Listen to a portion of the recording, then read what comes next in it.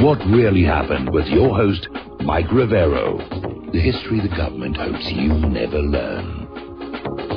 Here is your host, Michael Rivero. And aloha, America. Welcome back to our show here. And it's Wednesday, February 1st, 2017. 2 weeks to Valentine's Day. For those of you with significant others, better start making your carefully crafted plans here right now. We have a lot of stuff to talk about today. There's a lot going on. And our phone lines are open, 800-313-9443. And if I sound a little flustered, it's because a lot of stuff is coming in all at once here, and we got a lot of stuff to talk about here. Parliament had their vote on the Brexit, and they backed Brexit in a landslide vote. They finally basically said, we can't ignore what the British people want. So Title 50 is about to be triggered. Everybody thought that forcing it into Parliament was going to result in Remain finally winning. It did not happen at all. So that's kind of amazing. Also breaking right now, Senator Sessions has been confirmed for Attorney General. And it was thought there was going to be a huge fight there because under the current rules, it takes 60 votes in the Senate to confirm a Supreme Court judge. And the GOP only had 54. But apparently enough of the Democrats went along with this, and Sessions is now the Attorney General, and a lot of people are going to be sweating because with Sessions as Attorney General, Comey as FBI Director, and Trump as President, they're going to start going after a lot of these people who need to be thrown in jail as a warning to future politicians. This kind of behavior will not be tolerated. And apparently Donald Trump has given Chavez an absolute green light. Whatever you want to investigate, go for it. So this is really getting intense here. Now, as was expected last night, Trump nominated Neil Gorsuch for the Supreme Court vacancy. And he's seen as a Scalia clone. And it's kind of amazing because the Atlanta Black Star's Kamau Franklin says that if he's confirmed, Gorsuch will mirror Scalia's reactionary rulings in effect and so forth and so on. When did being a strict constitutionalist make one reactionary? And I realized I misspoke there. The confirmation for the Supreme Court justice hasn't happened, but Sessions has been confirmed here. So I'm going to take a deep breath and calm on down here. Basically, Gorsuch is actually well-liked and well-respected. He's a favorite of conservatives and libertarians, but a lot of liberals liked him as well. And, of course, a lot of the liberals don't like the fact that he's headed for the Supreme Court. Apparently, according to this article out of Information Liberation, they're already demonizing Neil Gorsuch and saying he shouldn't be on the Supreme Court because he's a white male. Ooh, those white males, we can't have them in any kind of power anymore. They'll bring back slavery. They'll bring back whatever it is they're thinking about. Okay, let's see. I mean, the media is going to uncork on this guy. You know, he tap dances barefoot on shag carpeting. When he visits blind people, he rearranges the furniture. He likes to kick puppy dogs and put the puppy dog up on top of Mitt Romney's car and all the rest of that stuff. Let's take a quick phone call. Bob in Las Vegas, aloha. Welcome to the show. What's on your mind? Hi, Mike. I also heard that Gorsuch passes gas in elevators. Ah, so, yeah, that one. Well, that's it. That's he's toast. He's toast right now. You know, Mike, it was an interesting day at the White House. They had that the first day at the press briefing of those Skype questions. Yes. So I think that's a great idea, and hopefully they'll have Mike Rivero on one of those Skype screens. Well, they're highly coveted, and you know, not everybody's getting on in. And to be very honest, there's an application process you have to go through. So we'll be dealing with all of that kind of stuff later.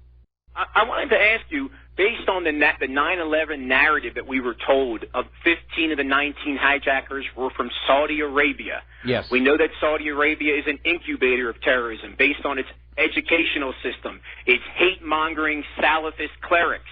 Why, in your opinion, why was Saudi Arabia not on that terror list? I think that may have been part of the quid pro quo by which Saudi Arabia has agreed to set up safe zones for Syrian refugees so that they're not pouring into Europe and the United States. Yeah, that makes sense. Okay, that's all I had. Thank you, Mike. All right, thanks an awful lot. We're going to let you go. Now, of course, as soon as Neil Gorsuch was announced, there was an immediate protest outside the Supreme Court, protesting against Trump, protesting against the immigration ban against those countries, and they had ready-made signs. Everybody noticed it. They had professionally printed signs with his name all ready to go. Paul Joseph Watson tweeted out, "It's almost like they're being controlled by an organized network funded by a billionaire globalist." Gee, you think? Now, of course, everybody's screaming about Trump's immigration measures. And Trump, I think, has just reached the point of being totally fed up with the corporate media. And at this point, he's not even going to get engaged with it anymore. He says, you can call it whatever you want. I don't care if you call it a ban. I don't care what you call it, because it is what it is, and we're going to keep the bad people out. And that's really what it is. And it seems like he's reached his breaking point with the corporate media. We're going to take a quick moment to shout out to our on-air affiliates who are just now rejoining our network. And basically, I mean, the rhetoric is just getting out of control. Tim Kaine, who lost out to Hillary Clinton and lost the White House and everything, came out saying that he believes the administration of Donald Trump is filled with Holocaust deniers, and then compared Trump's executive orders on immigration to a latter-day Holocaust. I mean, that's a bit of a stretch. That is really, really a bit of a stretch. And I'm wondering why he's dragging up the Holocaust and all the rest of that nonsense here. Now, interesting article came out of Investment Watch blog, because, and the corporate media isn't reporting this, there are Muslims coming into the United States of America this very day from countries other than those that are on the executive order. And there's a gentleman who's out there saying, I just arrived at Los Angeles International. Nobody asked me about religion, even though the passport has a Muslim name clearly stated. It's not a ban on Muslims. It's a ban on travel from certain countries that do not like us, that are known to be sponsors of terror. And as Priebus was saying, there could be more countries added to it at some point.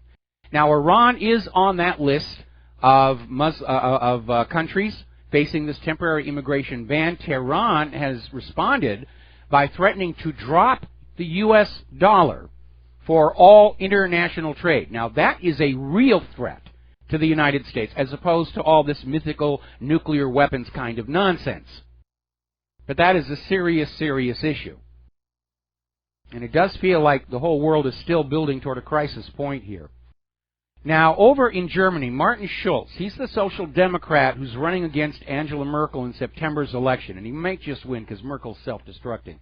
And he basically came on out and said, Donald Trump has not acted like an American since becoming U.S. president. What Trump is doing is un-American. The United States stand, like few other countries, for enlightenment, democracy, and the values of freedom. Well, apparently, Martin Schulz does not include the freedom to decide who does or does not get to come into this country among those values of freedom. And every country has that right.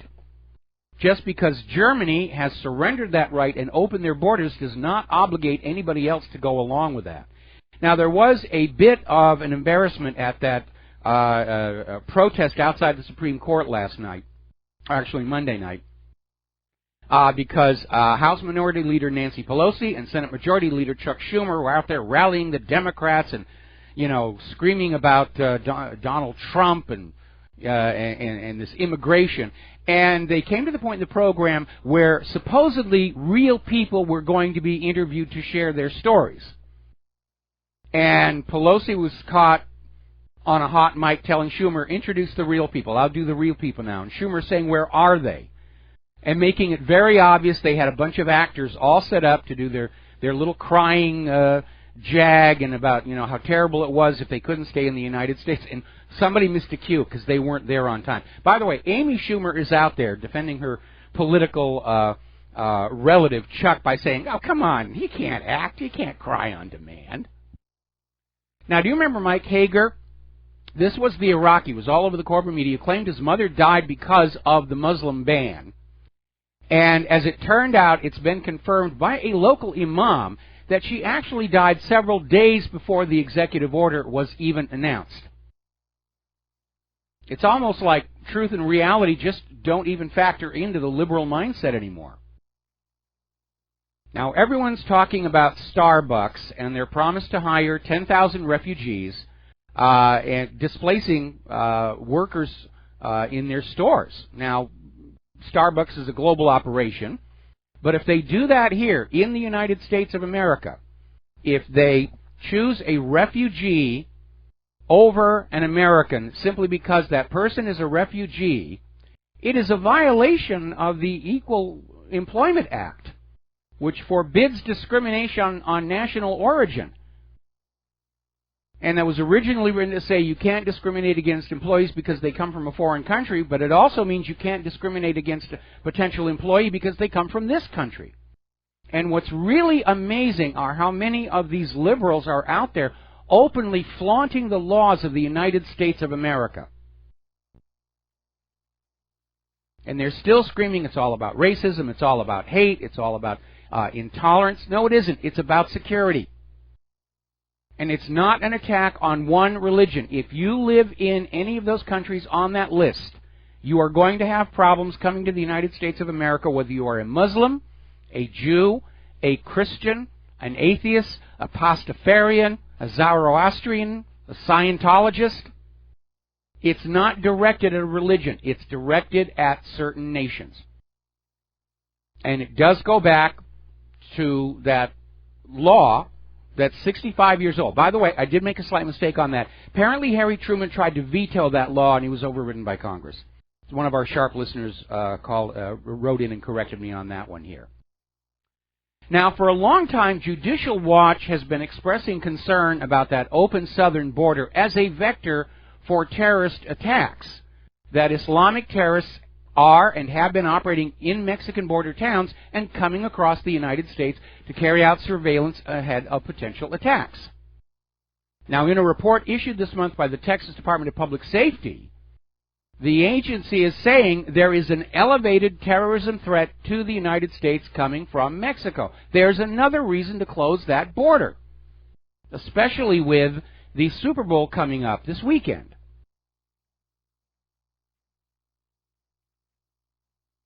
Now, somebody got this wonderful little video. CNN, his Jake Tapper, was interviewing Nancy Pelosi about this illegal immigrant issue, and we should just let them in, make them citizens.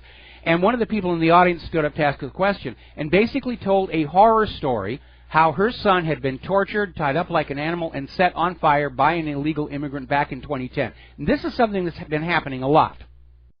And it never gets any coverage in the corporate media. And Pelosi is out there saying, oh, well, we all feel sorry for what happened to your son here, and it's a terrible thing, but really, you know, they're not all like that. And that's accurate. But there are enough of them like that where we ought to be a little bit more careful. And just talk to these people who want... There is a legal immigration process that anybody can follow to become a citizen of the United States of America, and along the way they have to prove they're going to be loyal American citizens, loyal to the Constitution, that they're going to integrate, that they're not carrying contagious diseases, that they're not dangerous fanatics. This idea of open borders is like taking all the locks off of your doors in your home and then just saying, well, look, all the people outside aren't burglars. I mean, that's what they're pushing out there. Now, there's an article out here in Zero Hedge, The Fix-Nothing Farce of Symbolic Politics, and they're making the same point that I did. The wall is more of a symbol than anything else, because as long as we have the welfare magnet going on, walls won't do anything. They'll be tunneled under, they'll be overflown, they'll be bypassed by sea. It really isn't effective until you remove that financial inducement that draws people here. And Trump was talking about a wall, I'm sure, because that was an image that played very well during the campaign. But we're now getting indications that Donald Trump has been paying attention to what Ron Paul's been saying about the welfare magnet, because apparently an executive order is being prepared that will say you cannot give illegal immigrants any kind of welfare. It's actually already a violation of U.S. law. Title 8 It is illegal to harbor, support, transport, or hire non-citizens. And, of course, Mexico is still out there threatening to unleash the drug cartels on America in retaliation, another reason to build the wall, or shut it down, close it down. And amazingly enough, up at New York University, there's a professor there who used to be Mexico's Secretary of Foreign Affairs, Jorge Castaneda, says, yeah, it's a good idea. Mexico should just flood the United States with all these illegal drugs to punish the United States for refusing to allow Mexicans to come live here. Now, the Texas governor is declaring an emergency in order to ban sanctuary cities within Texas. He's taking the opposite position from California's Governor Jerry Brown, which is going to turn the whole state into a sanctuary. Up in Oregon, Governor Kate Brown is creating what she calls the Trump-resistant team. These people are not going to be happy until they start a civil war here.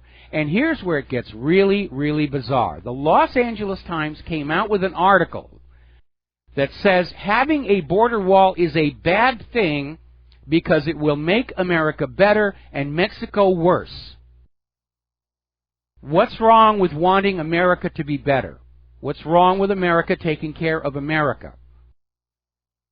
And the LA Times is just betraying the fact that they are in league with the globalists here. Now then, up in Portland, Oregon, we were hearing a little bit of rumbling about this earlier. Micah Rhodes was this leader of the anti-Trump protest in Portland. He has now been arrested for sexual contact with a teenage boy and a girl. We don't know the age of the girl. And he's facing 4 counts of second-degree sexual abuse. And apparently he's a registered sex offender. He's had these problems before. And this is the best they can come up with to represent the opposition to Donald Trump? It's amazing here. California State Senator Nancy Skinner of Berkeley, standing alongside Senate Pro Tem Kevin DeLeon and Assembly Speaker Anthony Rendon, are now calling for Melania Trump to be deported, to show what Donald Trump, what it feels like when illegals are deported. I mean, they are getting extraordinarily petty on all of this stuff. Now, the Democrats have been stalling on confirmation votes for Price and Mnuchin. Now, they were stalling on Sessions. They've apparently caved on him. He's now the new Attorney General, and maybe they'll get with the program. But the much ballyhooed Democratic stall doesn't seem to be all that it was advertised or proclaimed to be here. As I mentioned at the top of the show, President Trump has told Congressman Chavez, you're doing a great job. Anywhere you want to investigate, just go ahead and do it. And that's going to have a lot of people in the narcocracy sweating. Now, there's an interesting little article that came out of Investment Watch blog. The New American Coup, Media Leading Charge to Topple the Government. And the subheaded is, there's clearly a coup unfolding by the Democrats and the media. It's obvious to everybody. And I think it's typified by this video commentary published by the London Guardian. And it features Nesreen Malik, who's a journalist for The Guardian, basically saying physical attacks on Donald Trump supporters should not be condemned because everybody who supports Donald Trump is a bigot. It's an incitement to violence. And by the way, advocating the overthrow of the government because Hillary didn't get elected is also a crime. Title 18, Section 2385. Whoever knowingly or willfully advocates, abets, advises, or teaches the duty, necessity, desirability of bringing down the government, you can go to jail. You can go to jail. You look at the behavior of all these liberal crybabies, and they fit the legal definitions of domestic terrorism. Title 18, Section 2331. We're going to take a break for commercials. We'll be right back. Aloha, America. Welcome back to the show here. And I must have said something that bothered somebody because the children are back pounding on my server. And I got an email that apparently the BAM user feed is being DOS'd as well. So we'll just have to see what's going on with all of that nonsense out there. Anyway, Donald Trump, speaking at a meeting honoring Black History Month on Wednesday, earlier today, said he doesn't watch CNN because he doesn't like watching fake news. And it's more than just a passing comment, because apparently the White House has now blackballed CNN. No White House representatives are allowed to be interviewed on CNN. They're forbidden to be interviewed by CNN. He's cutting them off completely. Now, as I mentioned before, this weekend is the Super Bowl, and the Houston police are a little bit nervous about what's going on. They are complaining that they should have had more warning on the immigration ban, because being as close to the Mexican border as they are, they see themselves as vulnerable. And keeping a Super Bowl safe is a major task any year. It's going to be all the worse this year. And it is a highly symbolic target. We've talked about Super Bowl being fodder for a false flag of some kind. It still could happen. So let's turn to the war zones, emphasis on the plural. Government forces have cleaned out another pocket of ISIS al-Qaeda near Damascus. And along the way, kind of an interesting little interview surfaced. The Flemish father, Daniel Mayes, 78 years old, lives in Syria in Mar Yaqub Monastery. This is 6th century monastery. And basically, he's been a witness to this war. And he's out there saying Western reports on what's going on in Syria are very misleading. He says the Americans and their allies want to completely ruin the country, and Putin and Assad saved my life. So that's coming from the ground. Now, let's go ahead and take a phone call. Dustin in New Jersey, aloha. Welcome to the show. What's on your mind? Yeah, hi, Mike. Yeah, on the protesters, you know, we said this before, they're all cultists. You can't reason with these people. It's like the Terminator. Whatever you say to them, it doesn't matter. They believe what they believe, like Chuck Schumer, Nancy Pelosi. The true believers. They're the true believers. And you mentioned, like, you know, Trump's going to keep the extremists out. Well, these people are extremists, Mike. Well, it looks... You'll smash a brick in back of your head, Mike, and laugh, and all the people around them won't do a thing to help you. They're dangerous. Yes, I agree. I absolutely agree with that. They are fanatics, and they think the rules should not apply to them.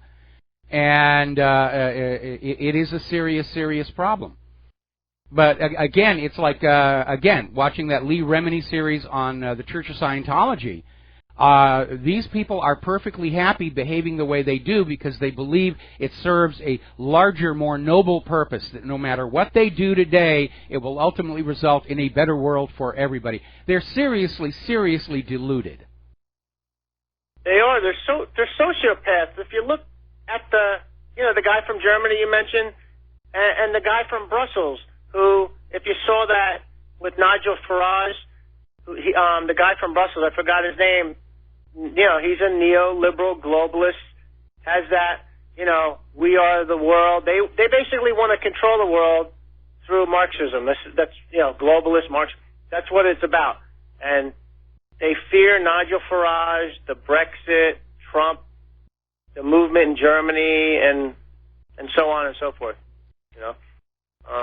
Hey, Mike, on Nancy Pelosi, did you mention when she had that talk with the girl from Yemen about her mother being stuck in Yemen? I'm like, but what about the bombing by the Saudis that we funded with weapons? Hillary Clinton, France, Germany, Britain, Canada. It's the same group, and she totally ignored that. You know, she didn't even. I'll give you another example. Remember Elian Gonzalez? When Bill Clinton was in office, they sent in armed troops to grab this kid and deport him, and the Democrats cheered. That's how hypocritical they are being. Dustin, got to let you go. Got to take a break for commercials. We'll be right back.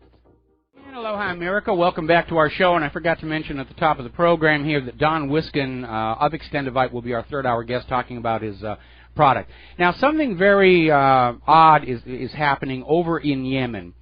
And as you know, Donald Trump went ahead and had an attack on al-Qaeda in Yemen. And it went disastrously wrong. A SEAL Team 6 member was killed along with an 8-year-old American girl. Not even sure why she was there.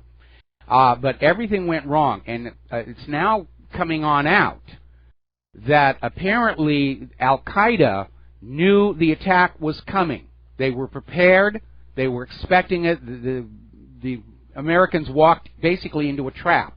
And so now the question is, did somebody leak this raid to Al-Qaeda in Yemen? And before you say, oh, pish and tosh, that could never happen, yeah, it can happen, and it has happened before. Because if you'll remember when Francis Gary Powers, U-2, was shot down over the Soviet Union, and it threw a major roadblock up in Kennedy and Khrushchev's plan to try and ratchet down tension, which was a threat to the military-industrial complex in the United States and the equivalent body in the former Soviet Union. And it later came on out that Francis Gary Powers had to reduce his altitude. Something had gone wrong with his aircraft where it flamed out. And because it was a high-altitude aircraft, he couldn't do a restart at altitude. He had to come on down where the air was denser, windmill the engine, and then restart it. And when he was down in the lower altitude is when he got shot down. Then there was Jimmy Carter, who staged a rescue for the Iranian hostages, which went wrong when the helicopters broke down in the desert. And sabotage was suspected there as well. So Donald Trump is going to have to really focus on cleaning his house of people who are not on board with him, because his opposition has already demonstrated a willingness to do anything to keep their own agendas going, regardless of the president, regardless of the will of the American people. Now, this gets us back to the fact that there's this preemptive attack Iran bill that's going through the House of Representatives, which would pre-authorize President Trump to carry out an unprovoked attack on Iran on the flimsy excuse that we have to prevent Iran from getting nuclear weapons. And remember, for all the screaming about Iran's nuclear weapons, and for that matter, Iraq's nuclear weapons, there's been no proof whatsoever. The only proof was the so-called laptop of death, which was claimed to have been stolen from an Iranian nuclear scientist and had all kinds of charts and graphs of nuclear weapons. And real experts in nuclear weapons looked at it and said, it's a movie prop. The diagrams are copied off the internet. They've been misused, mislabeled. Nothing that's in there would actually work. It was a prop. And the laptop was supposedly provided by MEK, which was being used as a propaganda laundry, a deception laundry, most likely by Israel. So I would be very cautious about a new war with Iran. First of all, it's not going to look good in the eyes of the world.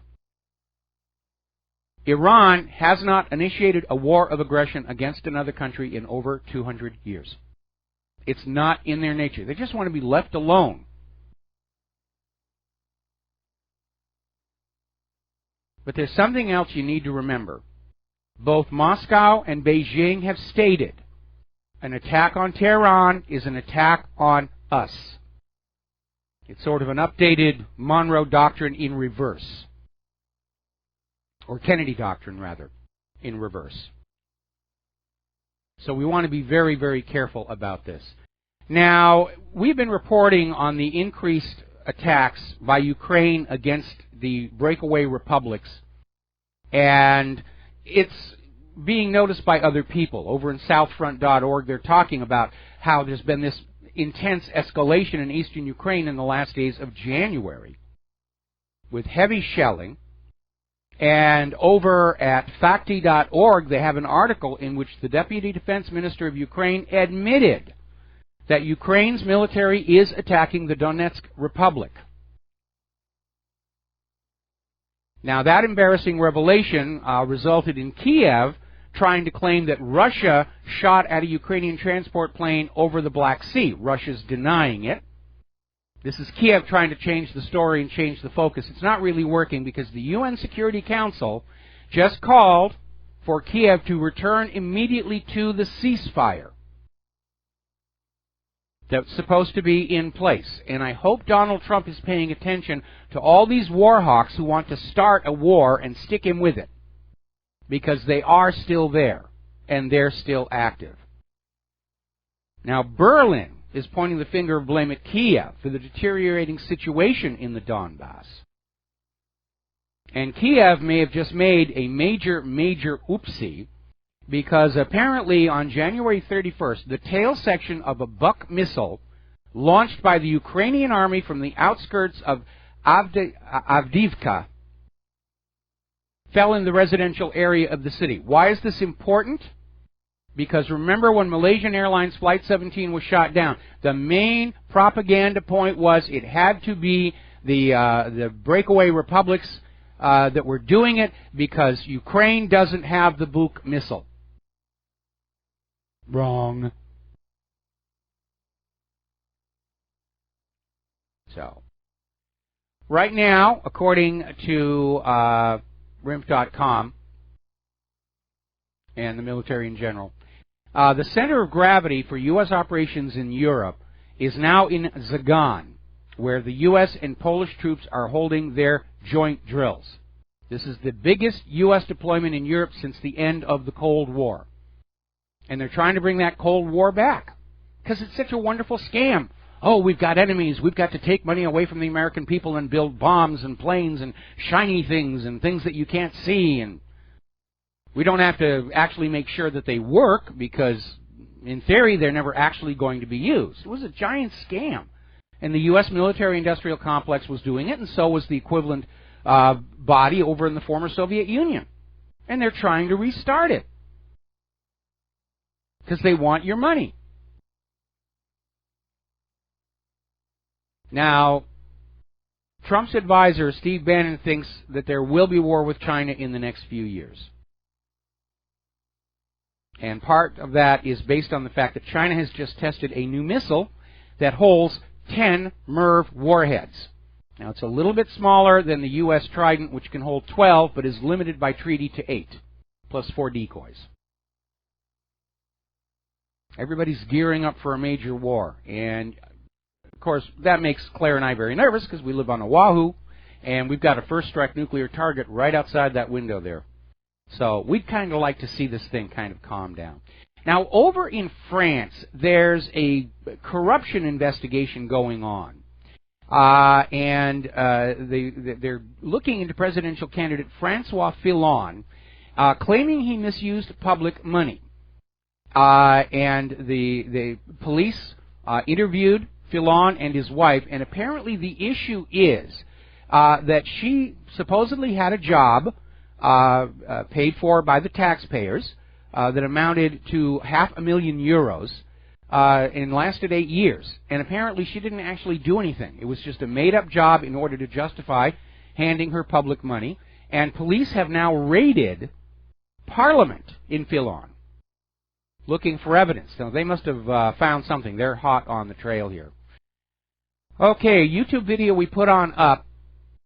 Israel plans to stir Trump into war with Iran and expand the illegal settlements. And we need to keep an eye on Israel, because if you will remember Israel's role in pushing for that U.S. invasion of Iraq, don't forget that it was Israel that flew into Iraq and bombed their civilian power station at Osirak, claiming there was a bomb factory underneath, like Israel has underneath Dimona. And then following the 2003 invasion, international experts examined the ruins of Osirak, and all they found was a power station. And also remember when Israel attacked the USS Liberty and tried to claim Egypt was doing it, that was another time when Israel was trying to create a war for the U.S. to fight. It's what they do. Now, Philip Giraldi is out there saying that there's an article everybody ought to be looking at right now. And it's this story that came out of England a couple of weeks ago about how the Israeli embassy in London connived with government officials to take down parliamentarians and ministers who were considered to be too critical of Israel. And it was also discovered that the Israeli embassy was secretly subsidizing and advising private groups promoting Israeli interests, including associations of members of parliaments. And Philip Giraldi is saying, why is the corporate media not looking at this given the recent furor over the still unfounded allegations of Russia interfering in American politics? Well, I've been asking that same question as well. Israel's always interfering with our politics. Why is that okay, and why is Russia the big deal? Now, Israel's under a lot of criticism for some of their settlement building, grabbing more land, and so, of course, what are they going to do? They're going to play for sympathy. They're going to play for sympathy, and apparently for the third time in a month, 17 Jewish community centers across the U.S. were evacuated after receiving simultaneous bomb threats. No bombs were found, of course. This is more of the usual, feel sorry for us and don't ask questions about Palestine, the USS Liberty, or the Holocaust hoax. They've gone to that well too many times. Nobody believes that anymore. Now, we were talking about the poor quality of American weapons and the inadvisability of going up against Russia and China with our current junk hardware. And apparently there's been another goof over in Tokyo Harbor. The Ticonderoga-class guided missile cruiser USS Antietam ran aground, destroyed its propellers, and ripped a hole in its hull, spilling thousands of gallons of oil into the harbor. The ship is unable to move on its own, had to be brought back to the dock by tugboats. And it happens all the time. Back in 2009, we actually had another Ticonderoga-class cruiser that ran aground on the reef right outside the entrance to Pearl Harbor. I guess they missed the navigation beacon, and we could actually just look out the window and see it. And the only way they were finally able to float it free is they had to dump the storage tanks for the ship's heads, the bathrooms. In other words, they literally dumped hundreds of gallons of raw sewage onto a protected environmental reef before they could get the ship off. So, and of course, I was living here when the USS Greenville rammed and sunk that Japanese training boat for fishing, for fishermen. It was a fishing boat that was devoted to teaching Japanese students how to be fishermen for the commercial fishing fleet. And the Greenville rammed that, sank it. That was a horrible disaster. All right, let's talk about the economic news here a little bit. Donald Trump is getting ready to roll back financial regulations passed after the 2008 crisis, primarily the Dodd-Frank, which actually made things a lot worse because Dodd-Frank was mostly about protecting Wall Street at the expense of the American people. But I really think that Trump should go back a little bit further and repeal that, what they laughingly call the Citigroup Relief Act, which overturned Glass-Steagall. We need to bring Glass-Steagall back. Now, for those who don't understand what that's all about, following the Depression of the 1930s, it was realized that one of the contributing factors had been the fact that investment banks and depositor banks were often owned by the same company. And investment banks were making high-risk investments using depositor money. And that's where a lot of the harm came from. So Glass-Steagall said, if you are a depositor bank and you are dealing with money from your savings and checking account customers, you must be very cautious. You can only invest in quality, low-risk investments. If you're a private investment bank and it's your own money you're playing with, then the sky's the limit. Well, what really set us all up for the mess in 2008 was they passed a bill to repeal Glass-Steagall. And that was sort of forced by the fact that Travelers and Citicorp rather, had merged together, which was a violation of Glass-Steagall. So rather than enforce the law, they repealed the law, and all of a sudden Wall Street started going crazy with financial institutions that were depositor banks starting to invest in high-risk investments like investment banks would. And that's where it all started falling apart. We do need to bring Glass-Steagall back. Now, I know Donald Trump is against regulation, and there are too many gratuitous and pointless regulations, but we do need to have a leash on Wall Street. And we do need to put some of those crooked bankers in prison.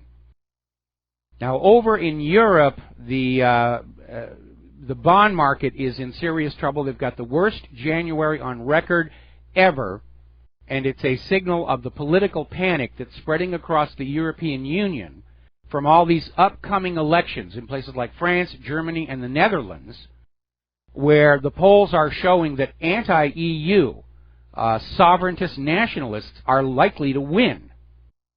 And so their bond market is in a bit of a turmoil.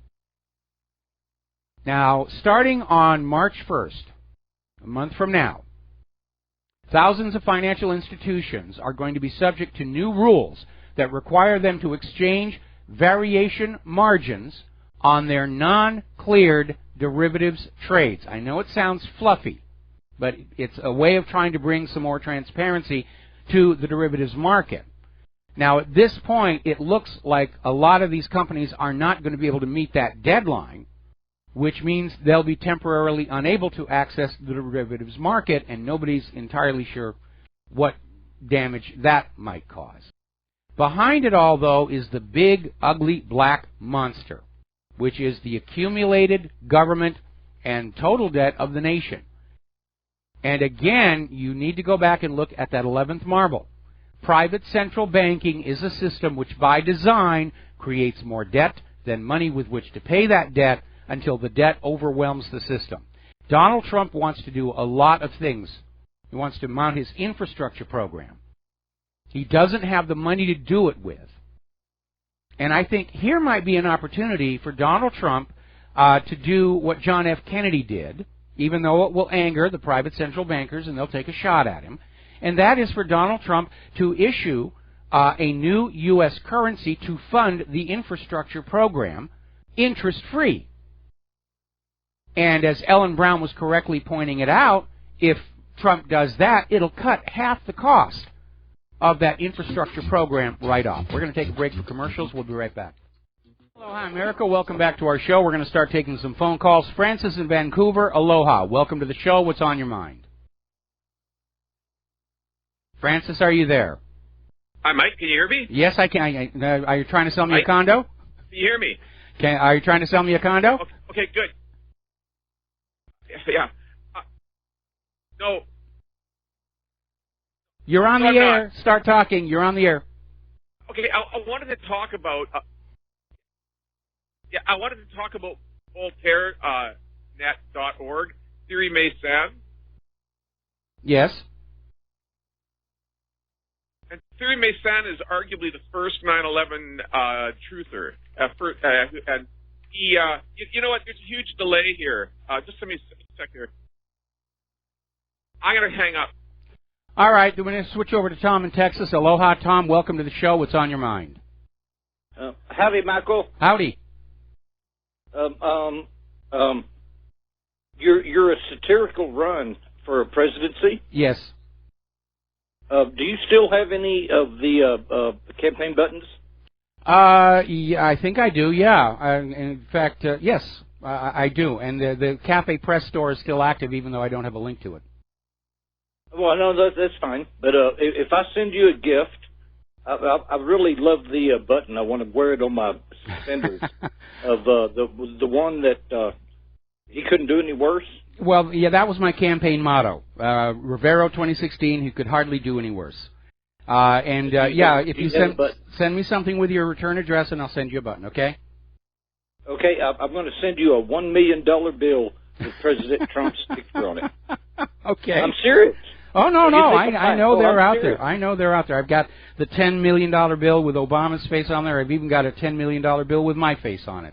It's all funny money. Hey, are you going to cut me off? You want to talk some more? Well, we've got about 2 minutes before the station identification, so what's on your mind? No, what? I'm going to send you something, and I want you to take Miss Claire out for a nice dinner for me. Okay? Oh, well, I appreciate that very much, and we certainly will. I want my button. I will get you your button. Just make sure I get your address, and I'll get you your button. You got it coming. All right. Thanks an awful lot. We're going to let you. Brother. Aloha. Okay. All righty. Getting on back to the economic news here.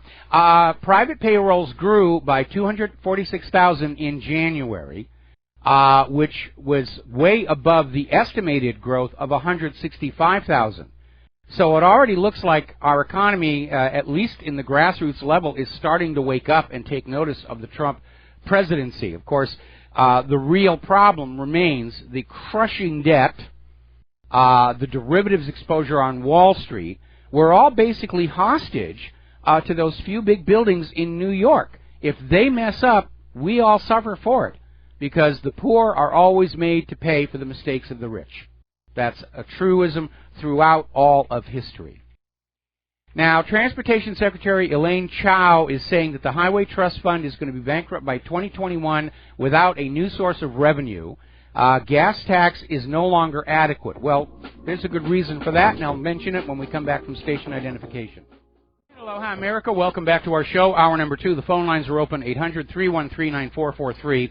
And before we went to station identification, I was talking about newly confirmed Transportation Secretary Elaine Chao is saying the Highway Trust Fund is going to go bankrupt by 2021 unless there's a new source of revenue because gas tax is no longer adequate.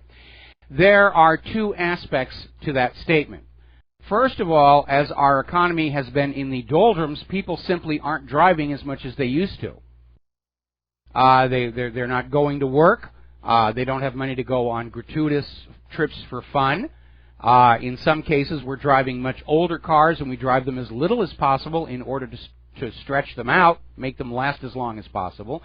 The other aspect, of course, has been the introduction of electric vehicles that do not pay gas tax because they do not buy gasoline.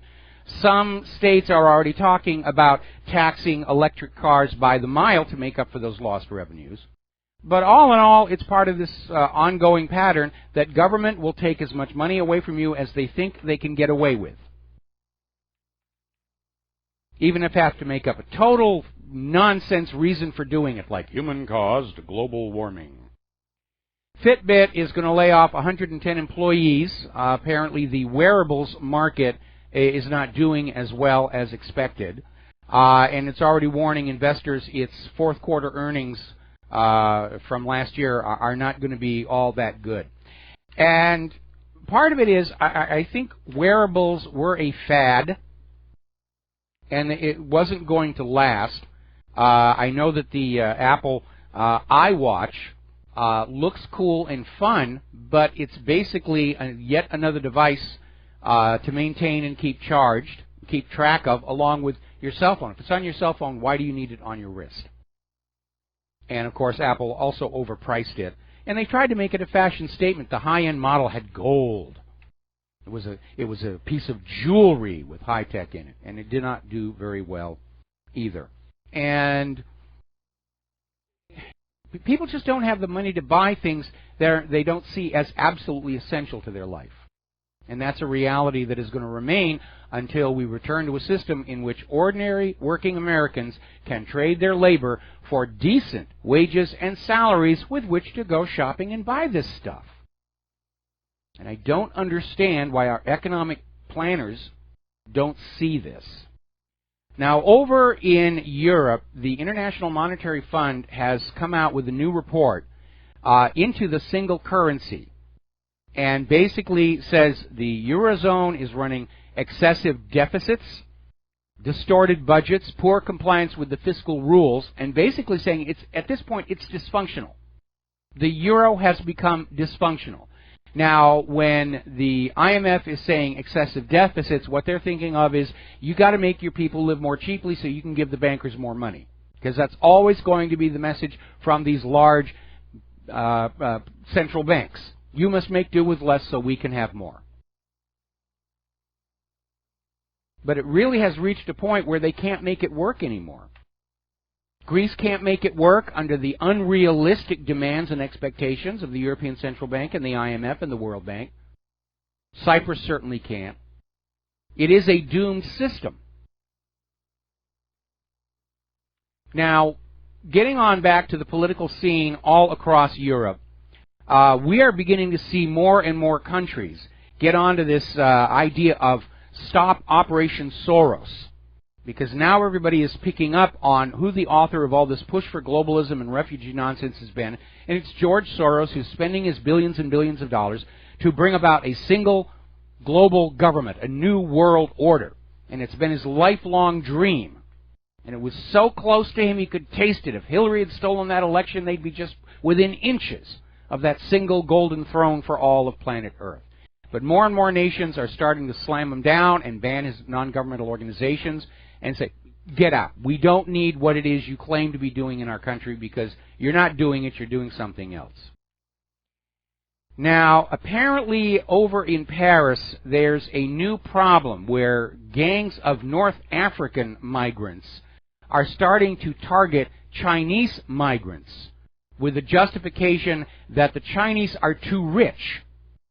And apparently there have been knife attacks, more than 200 attacks on the Chinese immigrants from these hostile migrant gangs. It really is spiraling out of control. Up in Finland, they've been trying to get a handle on just what the refugee migrant crisis is up there, and they're discovering that 2/3 of the asylum seekers who claim to be children are in fact adults. And they're posing as children because they figure under Finnish law and the EU law, they have a better chance of being granted asylum. But they're not actually children. They're fully functioning adults. Now, Nigel Farage is calling for an immigrant ban in Britain even stronger than the one Donald Trump just put in place here in the United States. This is an idea that's taking off, and polls are continuing to show the American people are, for the most part, on board with this.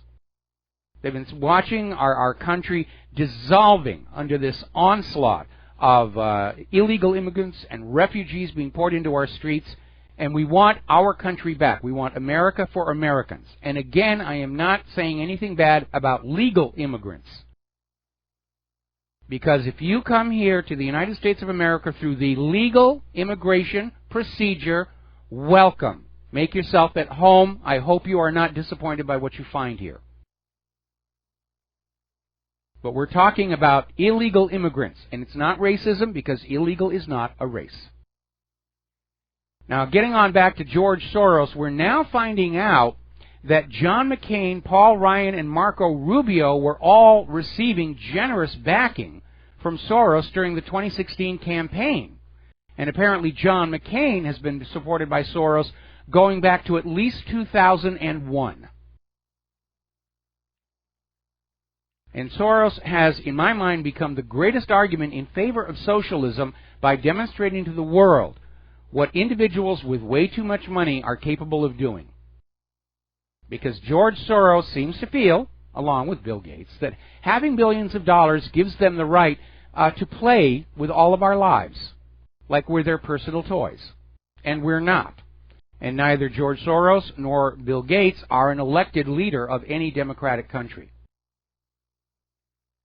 Now, the PC people are still out there. Over in Ohio, there's been a big stink in Youngstown, Ohio, at the Cardinal Mooney High School, when an African-American history class basically took a field trip to go on out and pick cotton and listen to black spiritual music from the pre-Civil War area so that they could understand slavery. And, of course, everybody just flipped out at that, especially the parents of these kids, most of whom are black. And it's just more brainwashing. It's more indoctrination. And by the way, just what jobs are these kids being prepared for by this class? How does this help them make a better life? It doesn't. It turns them into liberal Democrats. Now, fortunately, the high school has announced this class is no longer going to be offered. And that is a good one. Now, over in Schenectady, New York, Page Elementary teachers apparently started inserting these flyers into the backpacks of students to send home to give to the parents.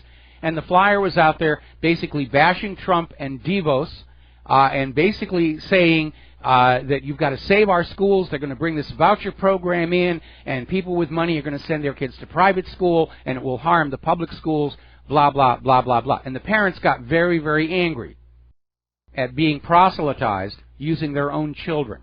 Just as a lot of parents were very angry on how the schools were filling the kids' heads with all the terrible things Trump was going to do as president. None of this has anything to do with education. And I think it might be time to consider a law that says schools below the level of high school are not allowed to engage in political activism or propagandizing of students.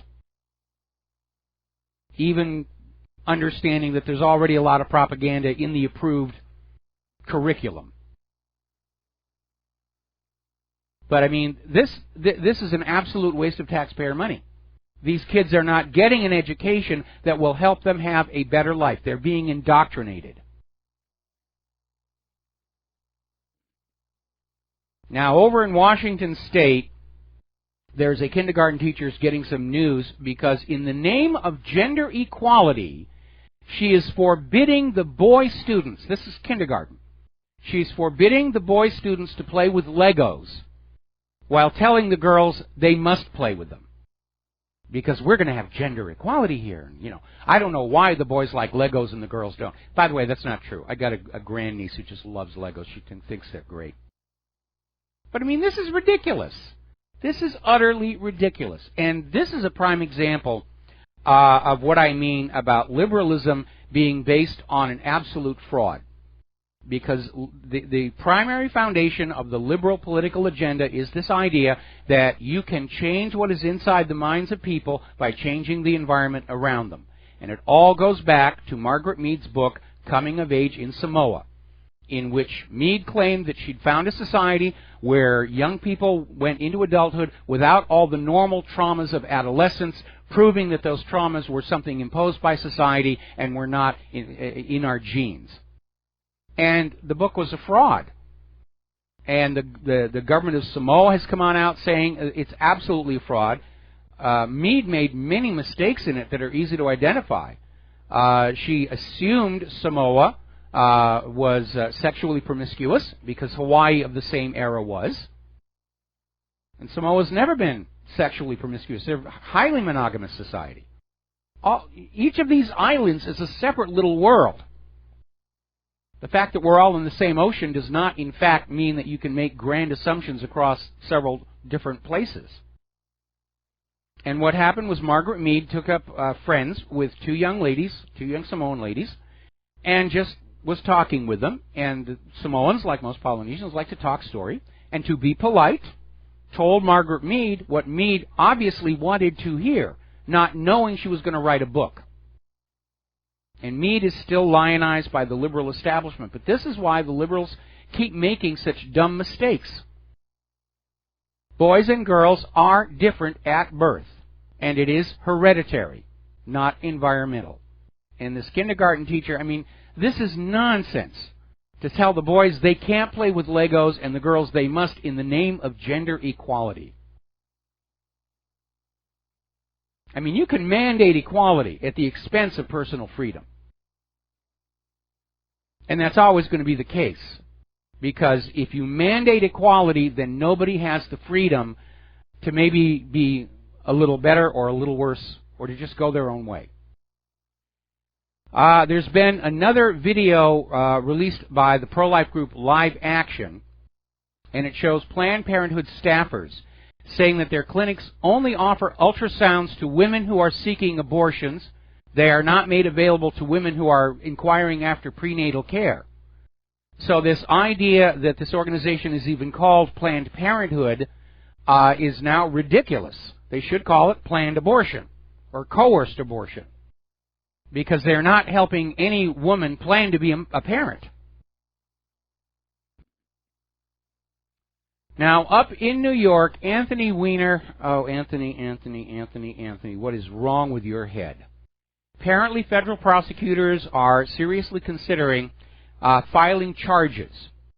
And apparently this involves his having an online relationship with an underage girl that was sexually explicit, trading of photographs and so forth. And apparently a lot of very damaging information has been found on that laptop that was seized from Weiner, that was also found to contain Hillary Clinton's State Department emails, which is what forced James Comey to reopen the investigation, which was the death blow to Hillary's campaign. And it's not like Comey had a choice. Anthony Weiner put him in that situation with his reckless behavior. And Hillary Clinton, if she had been playing by the rules, there never would have been an FBI investigation to begin with.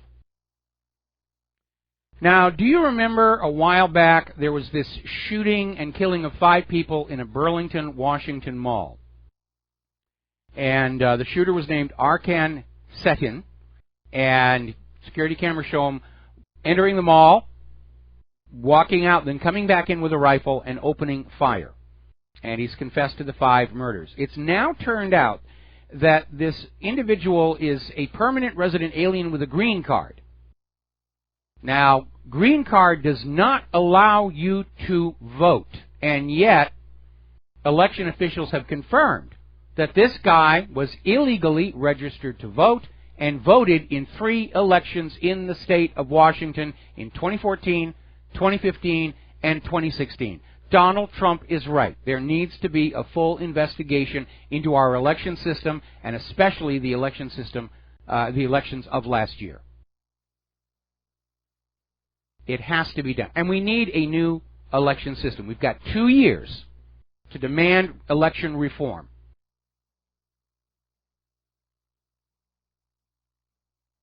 Now, down in Tennessee, we're starting to see a lot of states start to do things like this. Tennessee has just passed a bill that declares any federal and international gun laws null and void within their state borders. They're exerting their state sovereignty. And I think it's a good idea, especially when you have, the liberal establishment still out there with their gun grabbing, when you have the United Nations that wants global disarmament of everybody except the favored armies. Now, do you remember a while back there was that ugly situation up in Chicago where these 4 black individuals kidnapped a mentally disabled white guy, tied him up, and tortured him, streaming it live on Facebook. And it was horrific. And CBS Radio actually tried to imply that the perpetrators were white and the victim was black, and they got called on that. Excuse me. I have a frog in my throat.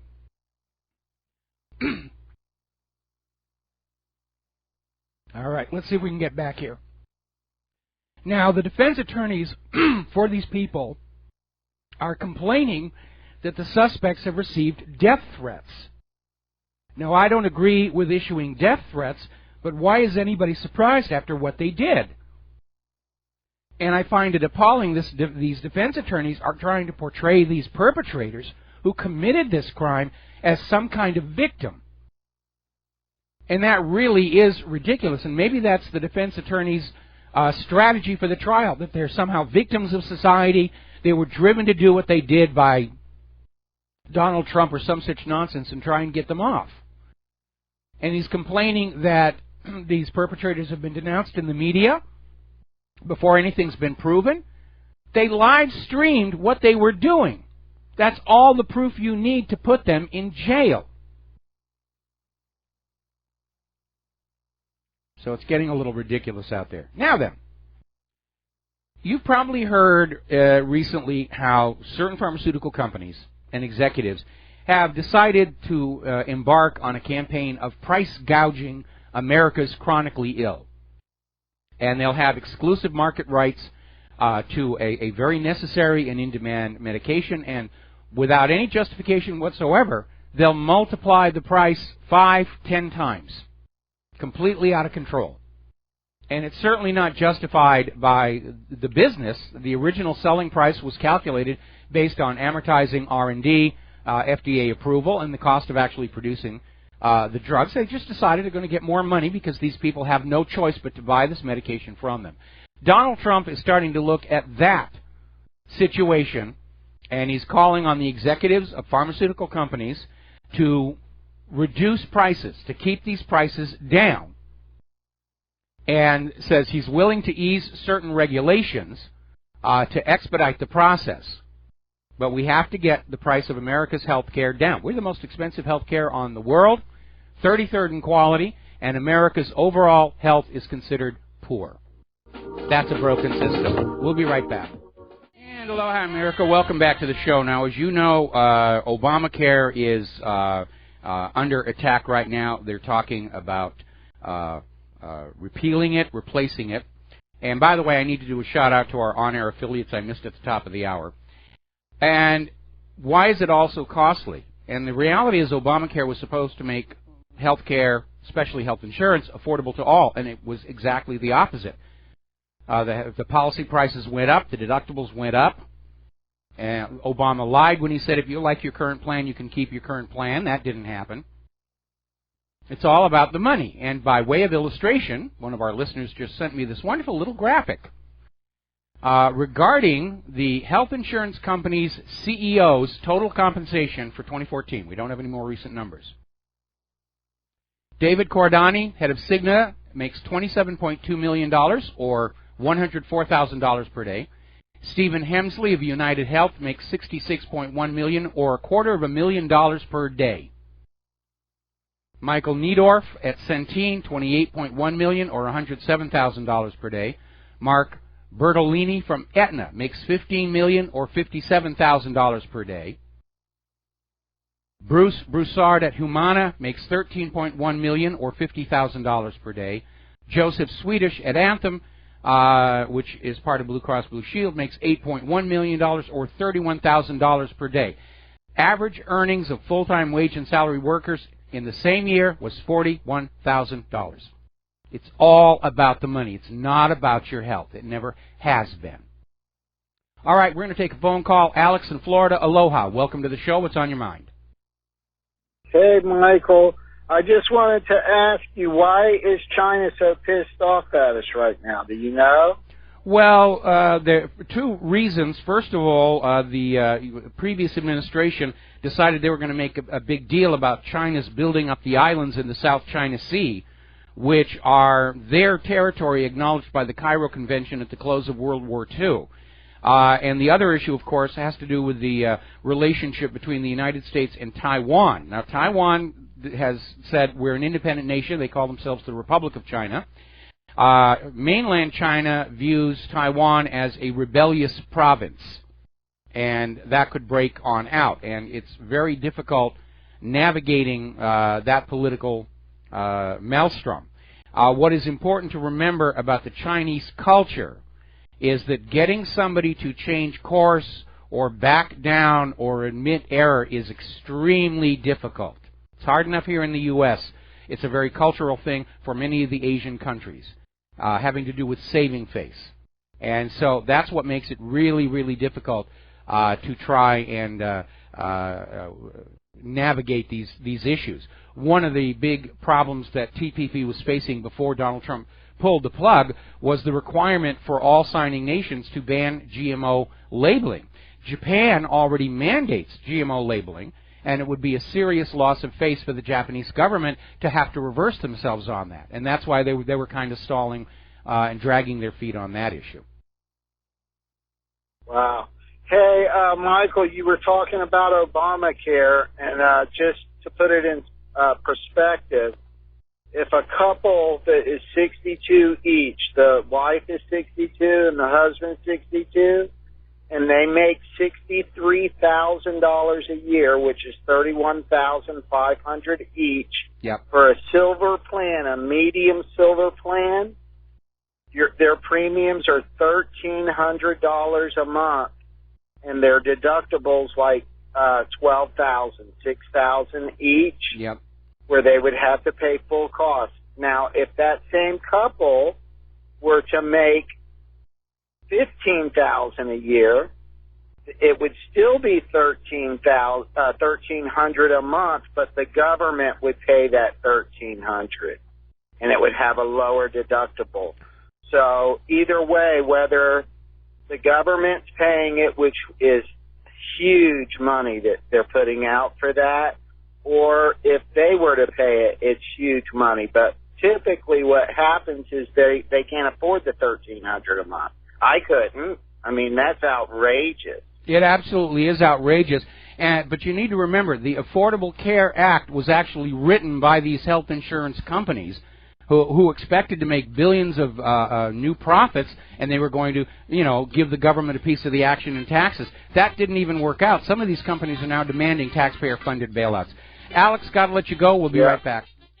Aloha, America. Welcome back to the show here. And our discussion on the issue of Obamacare has triggered quite a bit of email. And one of them says the tiny guy taxpayer should never be mandated to make some Wall Street tycoon rich. Somebody wrote on in and say, you need to talk about the healthcare system they have in the Netherlands and Germany and other European countries where the government regulates the profit margin of the health insurers. That's beginning to sound like a good idea to me as well. And another one says, my cardiologist agrees with you on the cost and quality of healthcare in the U.S. He and I had a nice talk about it last month at my appointment. Now then, a little while ago on the show, I mentioned how Tennessee had passed a law saying that all federal and international gun regulations were null and void inside their borders. Missouri is looking at a bill that will ban all vaccines containing mercury and other metals inside their states. And this is a very smart thing for them to do, because were Congress dumb enough to try and pass a bill saying that you are required to have these vaccines with mercury and to use them, Donald Trump is not going to sign that, because he's obviously aware of that issue. And it would be very difficult for members of Congress to justify to their constituents in the coming elections in 2018 why they did that, given that the FDA actually banned mercury preservatives like thimerosal back in 1999. It's not supposed to be there even today. The vaccine companies keep putting it in, and they got away with it because the previous administration was kind of looking the other way. But I think Missouri would be well advised to move ahead with this, along with other states, and you're going to start seeing the autism rates start to fall off. And we need to get ahead of that, because at the current rate of growth, by 2030, half of all children will be diagnosed with some form of autism. That means half of the human American population will be unavailable to the workforce, and a large portion of the available workforce will be tied up caring for these autistic children. So I think that's a very good thing to do, and I think the other states ought to follow suit. Now, story coming out of government slaves. The same Associated Press that was caught pushing fake news about Donald Trump is now pushing fake science about vaccines. And just like they did with human-caused global warming, it's always, the science is settled. The science is settled. It's already been, you just pay attention to us.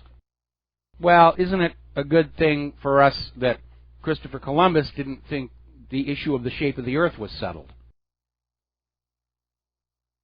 Now, here's the reality, coming out of a science background myself. Science is never settled. There's never a hard ending to a line of inquiry. There's always going to be new data, new instruments, new experiments that will force you to revise earlier theories, and sometimes abandon them completely. In the time of Galileo, the science was settled that the sun moved around the earth, and the earth was the center of all the cosmos. That had been the prevailing theory for 400 years. Science is never settled. When somebody says the science is settled, they're using people in white lab coats to sell you products you may not want. There is an issue out there. Look how hard they are working to try and keep the lid on this. I mean, look at the firestorm around the documentary Vaxxed. Being yanked from film festivals. It's being taken out of screenings under pressure from pharmaceutical companies. If there's nothing there, why would they care? Look how hard they're trying to protect their secret. It's like the same thing with the Holocaust. The Holocaust is the only event in history that you can go to jail for asking questions about it. It's obvious some dark secret is being protected. So let's talk a little bit about computers here. Google's algorithm for detecting cyber attack needs a little bit of work, because Google is now blocking access to the entire British National Health System network because it mistook the amount of traffic it's receiving as a cyber attack. And the NHS IT department had to send out a mass email saying that Google is now blocking it and suggesting they move to another search engine, such as Bing, to bypass the problem. Not a lot of Careful thinking in these things, I guess. Now, apparently, private details of 2.5 million PlayStation and Xbox users have been stolen in another major hack. And I think it's time for everybody to start rethinking this idea of having your private information, especially your credit card details, on somebody else's computer, where it's just wide open, especially now that the credit card companies and banks have changed the rules. So if you are the victim of fraud, you will pay it. When they were first trying to convince you to use their little pieces of plastic, if you were the victim of fraud, they would cover the losses. Well, the losses have become so extreme they can't do that anymore. So I think it's time to pull back in, pull off our credit card details. I certainly don't do that. I remember how, and we avoid those credit cards with the little contactless radio receivers in them. Because Claire actually got hit with one of these people walking around the shopping mall a couple of Christmases ago. Just a backpack with a computer and some other equipment from eBay, and they were scarfing off all these credit card details, and Claire's credit card wound up being used somewhere on the mainland to buy concert tickets, I guess it was. We had one of our credit card companies that actually said, we are mandating the use of these radio chip-enabled credit cards. Your old non-radio credit cards are being disabled. Here's your new credit card. At which point we just closed the account. Said, that's it. We're not, if we are not allowed the freedom to protect ourselves against fraud, and you're not going to protect us against fraud, then what's the whole point? Now, if you are as old as I am, you will remember a type of printer driver, a standard, one of the earliest standards, called PostScript. And apparently researchers at a German university have found a cross-site printing bug in PostScript. I'm amazed it's still around, just like I'm amazed that Flash is still around, which is a major security headache. And apparently if you have a PostScript driver on your printer, it can be used as an attack vector for denial of service, code execution, forced resets, even bricking the targets. My solution to all this cybercrime, since the NSA can't seem to do anything about it, is to catch just one cybercriminal and crucify him or her on live streaming video. And if they're in decent health, it's going to take them at least a week to die. And you stream it live, and I'll bet you 90% of the problem is going to go away at that point. Now, over in the world of Linux, which is relatively safe only because, like the early days of the Macintosh, there aren't enough machines to make it worth the cybercriminals' while. That's changing. They have an encryption app called CryptKeeper.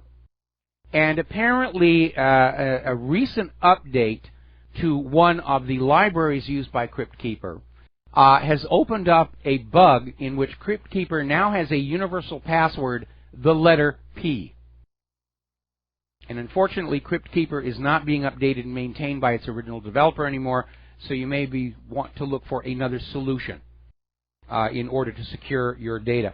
I would recommend that you grab my article on challenging the NSA and just come up with your own system of encryption for your own internal use on your desktop computer. Because then the NSA can't get in there because they don't know what encryption you're using. The hackers can't get in there. The cybercriminals can't read your files. We put out 6 challenges to the NSA over the course of a year. And the NSA was well motivated to be able to crack one of them in order to discourage ordinary citizens from saying, hey, I can write strong encryption. So government's not going to respect your privacy. Government can't protect your privacy. You must take that responsibility.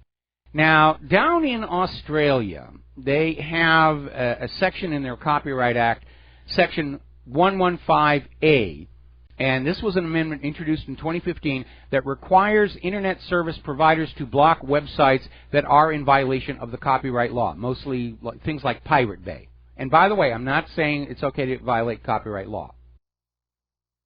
But it turned out that simply by changing your default DNS settings to use an outside service like Google would completely bypass it. because the websites were being blocked by the ISPs at the DNS level.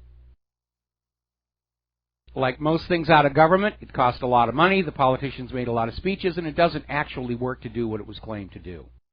All right, we're going to go ahead and grab a phone call. Ralph in California, aloha. Welcome to the show. What's on your mind? Hey, Michael, how you doing, sir? Regarding the credit card, the RIFE chip. Yes. Well, that's what we did is with ours, my wife and I, because they did do the same thing like they did to you. They canceled our old card because they issued a new one. We damaged took the chip out. And I don't know if you know or if you heard, but, you try it 3 times and then they'll ask you to swipe. Yes. Then it goes through. Now, the only thing is at one CVS, it wouldn't let me do that, so I had to use a card that did have a chip. But someone earlier on RBN, a caller, mentioned that, so that's what we did, and that seems to work. Well, again, I don't know why this is being pushed on us, and again, it seems there's almost a deliberate plan to make us increasingly vulnerable to cyber criminals. And what was really ironic was the RFID-enabled card that was copied off from Claire wouldn't work at the contactless terminal at our local Office Depot. We'd go on in there and we'd wave the card, nothing would happen, and the clerk said, yeah, this thing never works. And so we'd go ahead and swipe. And so it doesn't work for its intended purpose, it's just another vector for the criminals to steal our money.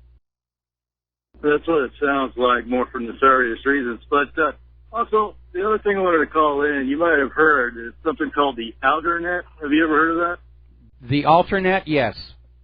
No. Outer is instead of inner, outside. The Outernet. No, actually I haven't. Is it another dark net? Well, it's actually, you cannot send, but you can receive, and it's like for an inexpensive price for $89, that's with the charger. It's cheaper if you just get it without the charger. You put it together with and I think it's a Raspberry Pi little circuit board, but they give you the kit, put it together, and it kind of works like XM radio, Sirius radio antenna, even though you can aim the dish at, with our area, Galaxy 19, and receive information for free. It's a small outfit. If you type in Outernet, you'll see the information, but it's like an outfit that came from New York, and it's a small little company, I guess, and they got crowdfunding to get it going, but it's designed so the world can get information. And you don't have to pay for it. You just buy the device, and you're able to get it or one together. I remember when Claire and I were living in Washington State, we were way outside any area served by cable TV, and we couldn't even receive much over the air. So we went ahead and we got one of the early satellite receivers, the small dishes, not the big K-band units, but the first one. I forget the company we signed up with. But one of the cool things about it was you could get internet over that satellite dish, but downlink only. You had to have a terminal on a telephone modem for uploading. But for most people where they're simply typing in a URL and then they get the page over the satellite feed, it actually worked rather well. Huh. Well, the reason why I bring that up is maybe RBN can be broadcast on that. I don't know what the contact would be, how it would work, but to broadcast your information, because apparently you get up to 20 megs. Well, we'd have to find out what the user base is. I mean, if there's only 16 or 22 people using it, it's not going to pencil out for us. If they had an audience in the millions, then it's obviously something that we would be interested in looking at. It started in 2014, so I just stumbled onto it for looking for something else on YouTube. And anyways, I thought maybe you heard of it because it's new to me. Well, it's new to me too as well, and I'm looking at their webpage right now, and I'll take a peek and see what it is, because I do like high tech when it works. Yeah, I'm going to get one of those kids and try it out. All right, well, all right. Appreciate it. Thanks an awful lot. And if you are a computer hardware lover, those Raspberry Pis are very cool. Asus now has a single board hobbyist computer out, and they're actually getting quite capable. The Asus one actually has 4K display. For those of you who've actually bought a 4K TV, and with my eyesight, it would be a waste of money. Now then, apparently yet another hijack hole has been found in the Netgear routers. And apparently this hole allows an attacker with access to the router to harvest the administrator's access password. And I'm starting to think that these are not programming errors or goofs. I think these are the back doors the NSA has ordered all these companies to put into their products to allow the NSA to come on in and, well, according to Edward Snowden, steal pictures of our naked significant others to amuse themselves with. But it's another one there. Here's a really alarming story, I think, especially when everyone's talking about the potential for war and this and that. ZDNet is reporting that apparently the Pentagon computer systems are very easy to penetrate by hackers. And the security researcher who's warned the Pentagon that this was going on months ago is saying that the hackers are likely already inside the Pentagon. All that money and they can't keep their computers secure? Boy, talk about military incompetence. By the way, speaking of incompetence, the Pentagon has an anti-ISIS online propaganda program, and it's supposed to be psychological operations aimed at countering ISIS online. And apparently, in typical Pentagon fashion, they've employed people with little or no knowledge of Islam, no Arabic language skills, no awareness of the Arabic culture, according to the Associated Press. It's just more cronyism, more military-industrial complex thinking here. Now let's get on back to, well, actually, we're going to take a break for commercials here, and then we're going to come on back and talk about Cheryl Atkinson, because this is an interesting case that's developing. We'll be right back. And aloha, America. Welcome back to the show. Now, Cheryl Atkinson was a former CBS correspondent. She did a lot of important stories and eventually had to leave CBS under very questionable circumstances.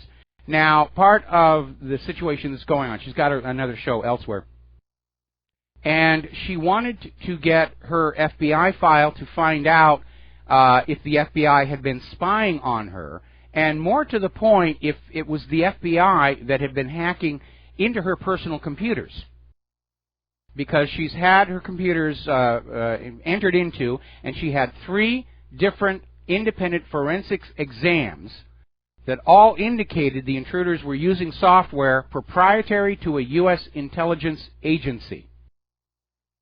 And the government is dragging their heels. Now, under the law, you have a right to see your FBI file if one, in fact, exists. And if you ask and they don't have one, they'll start one.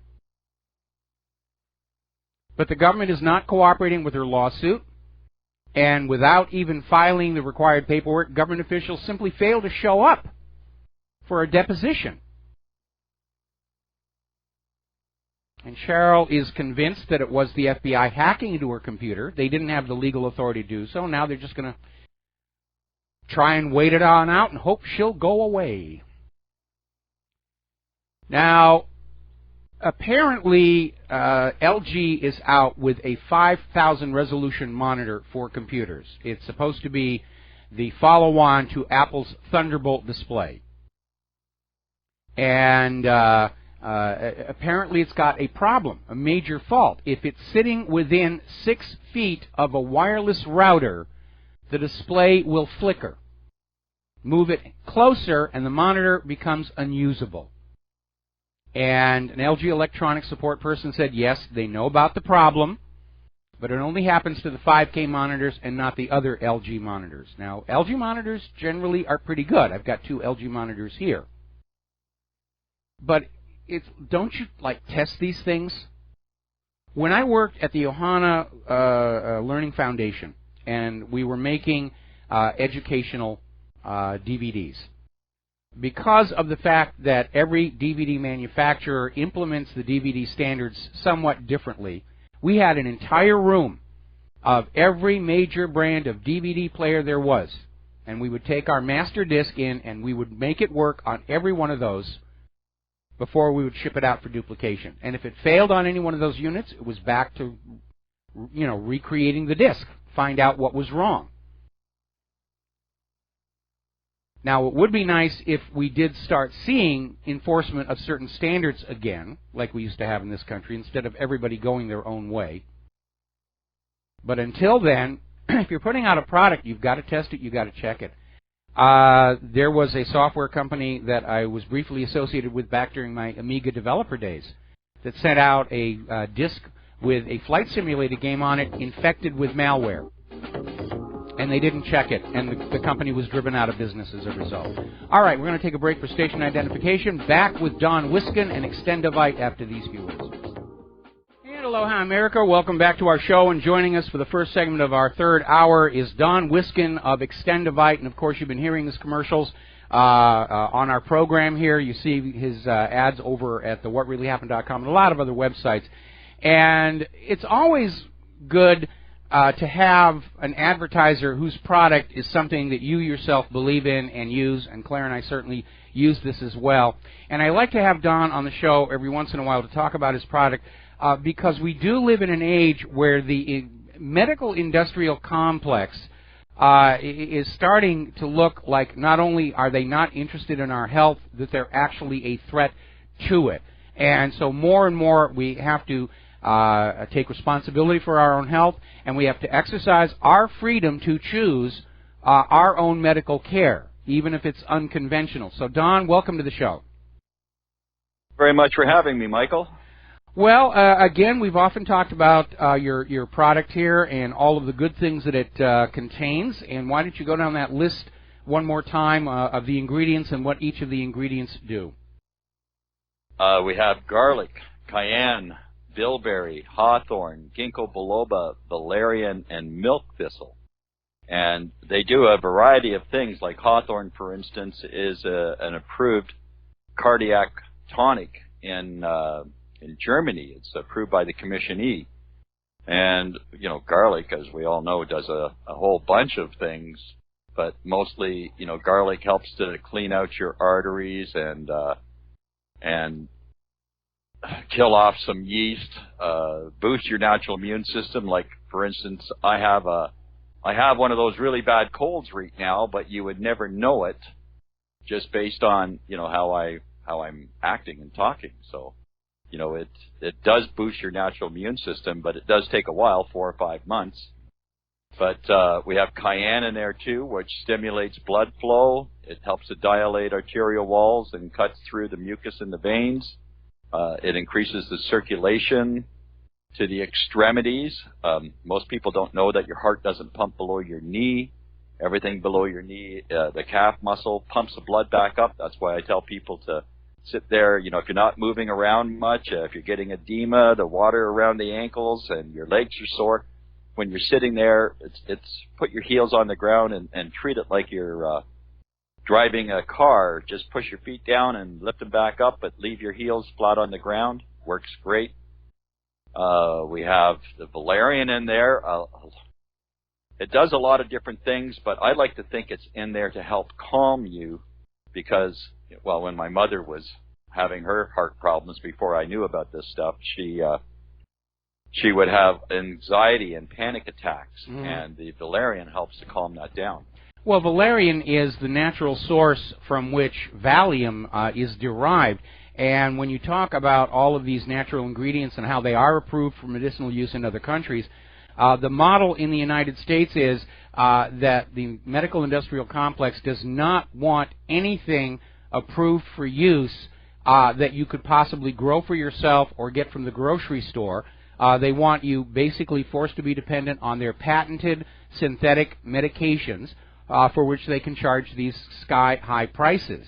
And the reality is a lot of what comes out of pharmaceutical corporations is derived from natural sources, and then they'll just tinker around with the molecule enough to be able to qualify for a patent. And very often they're not really paying attention to what that change of the molecule might do in the long run, as long as they can get it past FDA approval. But Digitalin, of course, is made from foxglove, and Valium from valerian root again, and that's a lot of those sources out there. And the reason I prefer using these natural compounds has to do with an idea I call coevolution. And that is when you are using something that is produced by nature, whether it's hawthorn or milk thistle or any of these things, you're dealing with biochemistry that has co-evolved with our biochemistry over millions of years. When you're taking in one of these synthetic molecules produced in the laboratories of the pharmaceutical corporations, you're dealing with a chemical that has never existed before in nature, and very often your body doesn't really know what to do with it, which is where so many of these horrible side effects can come from. And I wonder what is wrong with the American consumer, that they see these very glitzy commercials for pharmaceuticals on TV that are expensively produced, and they'll sell this medication. And by the way, the United States is one of, I think, only 3 industrialized nations that actually allows prescription medications to be advertised on TV. So you'll go to your doctor and say, I want this, and the doctor will say, oh, okay, fine. And they'll write out the prescription, and everybody makes their money. But there's, because of the law it requires it, there's that very fast-talking individual at the end of the commercial saying, you know, use of this medication can lead to, and then they'll run down a whole long list of these horrible symptoms that it seems like the cure is definitely going to be worse than the disease. We're going to take a second here to do a shout-out to our on-air affiliates who are just now rejoining our network. We're talking with Don Wiskin of Extendivite and natural medicines versus the synthetic chemicals coming out of the pharmaceutical industries at huge, huge prices. Now, one of the issues that we have seen lately are these pharmaceutical companies just ratcheting up their prices once they have a market monopoly.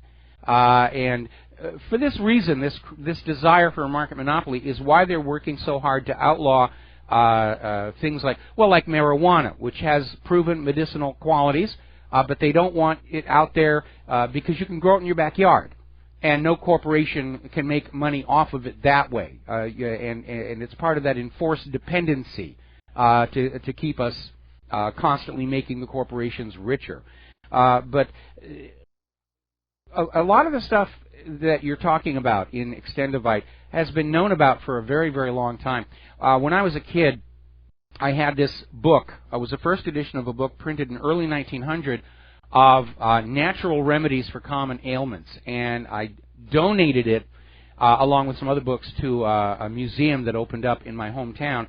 And I was kind of sorry I'd given it away following that episode where we found out that Claire's joint pain had been caused by formaldehyde precursors in commercial products, and none of the orthodox medical establishments we'd gone to picked up on it. We had to find it for ourselves.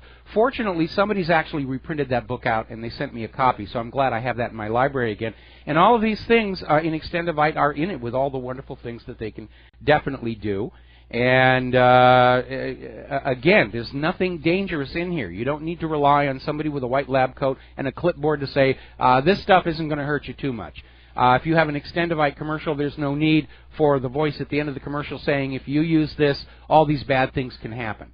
And that, I think, is very reassuring in these days where we're beginning to understand that we ought not to be totally trusting that doctors aren't always the really nice people movies and TVs tell us they are. Well, I'm glad you mentioned, Michael, that the drug companies, when they find a good client base, they start raising their price, because this is February, and February is Heart Month, and every year for the last 18 years in February we've had a sale. And right now, a lot of people call and order their 1 year's supply. We have a ton of people who just buy once a year, and they do it in February. So right now it's $129, including shipping for a 1 year or for a 4-month supply. And on Amazon, we have it at $57.50 per bottle. So if you have Prime, you don't even pay shipping on it. So, but you know, we're in Canada. We need to charge shipping because it's expensive to ship from Canada. It's actually cheaper to ship from Amazon. But remember, I've talked about the doctor that was, had high blood pressure, irregular heartbeat, shortness of breath. He started taking our product about 4 years ago. He called into a radio show I was on earlier this month, earlier in January, and I've got that testimonial on my website. So at heartdrop.com, you can actually scroll down on the home page and listen to Dr. Joe talk about how it changed his whole world. And he's a geriatric doctor. He also talks about how he has a friend who, a really nice guy, he's a doctor. He had a heart attack and had surgery done. And they told him it would be over a year before he got back to work. Well, Dr. Joe told him about the Extendivite. He got on it and was back to work in 6 months. So there is a lot of doctors now taking our product because they're not able to fix themselves. And, well, we had one man, I'm hoping he's going to call in sometime to one of our shows. He was told to go home and prepare to die because his heart was in such bad shape. Well, he called and ordered the Extendivite and started taking it. His cardiologist passed away. He just got another cardiologist. He passed away. He's on his third cardiologist, and he's still alive 2.5 years later after they told him to go home and prepare his will and get ready to pass away. Well, that's rather amazing. I mean, I've been to your website. I've read all these testimonials, and to the best of my knowledge, nobody's ever had any kind of a contraindication, any kind of a bad reaction. And you would expect that to be the case because these are all natural chemicals that are part of the same biochemistry that we are. And that is such an important point that people need to remember is these whiz-bang medicines that are being patented by the pharmaceutical corporations are intentionally designed to be patentable, and thus they don't have an equivalent out there in nature. And it can be very, very dangerous. We've seen how reckless these companies are with their vaccines, how reckless they've been with GMO. And it's really, you've got to take responsibility for your own health. I grew up believing in doctors and the orthodox medical establishment, and this experience with Claire really opened my eyes that it's just about the money. It's about selling product. They're not really that interested in actually solving the problem. They want to treat chronic symptoms. Yeah, which is really a shame because a lot of these problems come from our exposure to metals and some of the food we're eating. One of the things that Dr. Joe talked about, well, on that clip on heartdrop.com, is that we're all deficient in magnesium because of commercial farming. It stripped the magnesium right out of the soil, and we need to start taking supplements. He actually tells his geriatric patients to take some magnesium, and in a couple of months they're thanking him because it helped so much. And he thinks the magnesium helped him with his shortness of breath, which could lead to congestive heart failure. So, I'm sorry, that was the irregular heartbeat. Ah, okay. You saved so many people, it's hard to keep them straight. Well, that's it. I've been at this for 18 years now, and we helped so many. It makes my job worthwhile. It makes me feel really good that people are actually getting better. I have a friend who had a stroke last year in February, and he was pretty messed up. His doctors told him to get his affairs in order because he wasn't going to be around long. His heart was down to 22% ejection fraction. He started taking the Extendivite in April, and he didn't really get that involved in it. He took a 6-month supply over 8 months, but then during the last 4 or 5 months, he started being more regular. He went in December, and they did an MRI, and they said that his ejection fraction was at 34%. That's a good improvement. He's doing much, much better. And his heart was enlarged. It's shrinking back to normal size. He's looking better, too. He's looking a lot better. But when I went in and saw him in the hospital after he had that stroke, he didn't even know his own name, didn't know his last name, didn't know where he lived. But they had him on one of those clot-busting drugs, and he was very, very lucky that, it did work for him. They, made him go 24 hours without eating, and he was doing much, much better after that. Well, that reminds me of my father's situation where he had some kind of an event, and the doctors, for some reason, loaded him up on blood thinners that just made it a lot worse. One of the things, I'm going to go off on a little bit of a tangent here. One of the problems I had with the Obamacare mandate that all medical records be computerized is it means the records can be changed without leaving a trace. And in the past, when you were looking at bad behavior by doctors, you had that paper record of what had gone on that you could look at and see, here's where the mistake was made. and that line of evidence is no longer available to people who are being injured by medical mistakes. And there are a lot of medical mistakes. I mean, everyone's always talking about the gun grabbers, how many people are killed by firearms in this country every year. It's minuscule compared to the people who are killed by medical mistakes in this country. It's just huge. It is, and it's actually ridiculous how, you know, so many people die so young from something that may have been prevented if they had to just open their eyes to something else. But, you know, unfortunately, in today's world, everybody seems to have this white coat syndrome, and they all want to believe what their doctor has to say. And that's why I'm so glad Dr. Joe finally called in. He's been 4 years on Extendivite, and he finally called in and left his testimonial. He's told me he would, but it's great because now there's a doctor on our site who's saying, you know, if you're sitting on the fence, try it. Well, you know, I'm looking right here at a webpage over at NPR where medical errors are the #3 cause of U.S. deaths. And yes, Hollywood TV shows and films try and portray doctors as always being wonderful people. But we know from recent events that's not always the case. There was that doctor who was sent to prison for 45 years because all during his career he was telling perfectly healthy people they had cancer in order to sell them highly profitable radiation and chemotherapy treatments, which are very damaging. Radiation will bring a cancer back somewhere down the road. So he was actually giving these people cancer for a fast buck. And what really strikes me as kind of a harsh statement on the priorities of our government, this doctor was not thrown in prison for the harm he caused his patients. He was thrown in prison for defrauding Medicare. That's what they got him on. And all these other people, they went to this doctor trusting and believing, and again, this guy was just saying, oh, well, you've got cancer, and, you know, we're going to sell you all kinds of stuff. I'm very lucky. My doctor is very aware of what I'm doing. He's quite impressed with what I'm doing. He likes my health. I mean, he saw my medical records, and, you know, he knew that I had lost 35% of my heart to damaged tissue and was supposed to go on disability because, you know, I was down to about around a 38% ejection fraction myself. And, you know, he's very open to it. He knows that I can't take the cholesterol-reducing drugs. They make me so sick I don't even know my own name.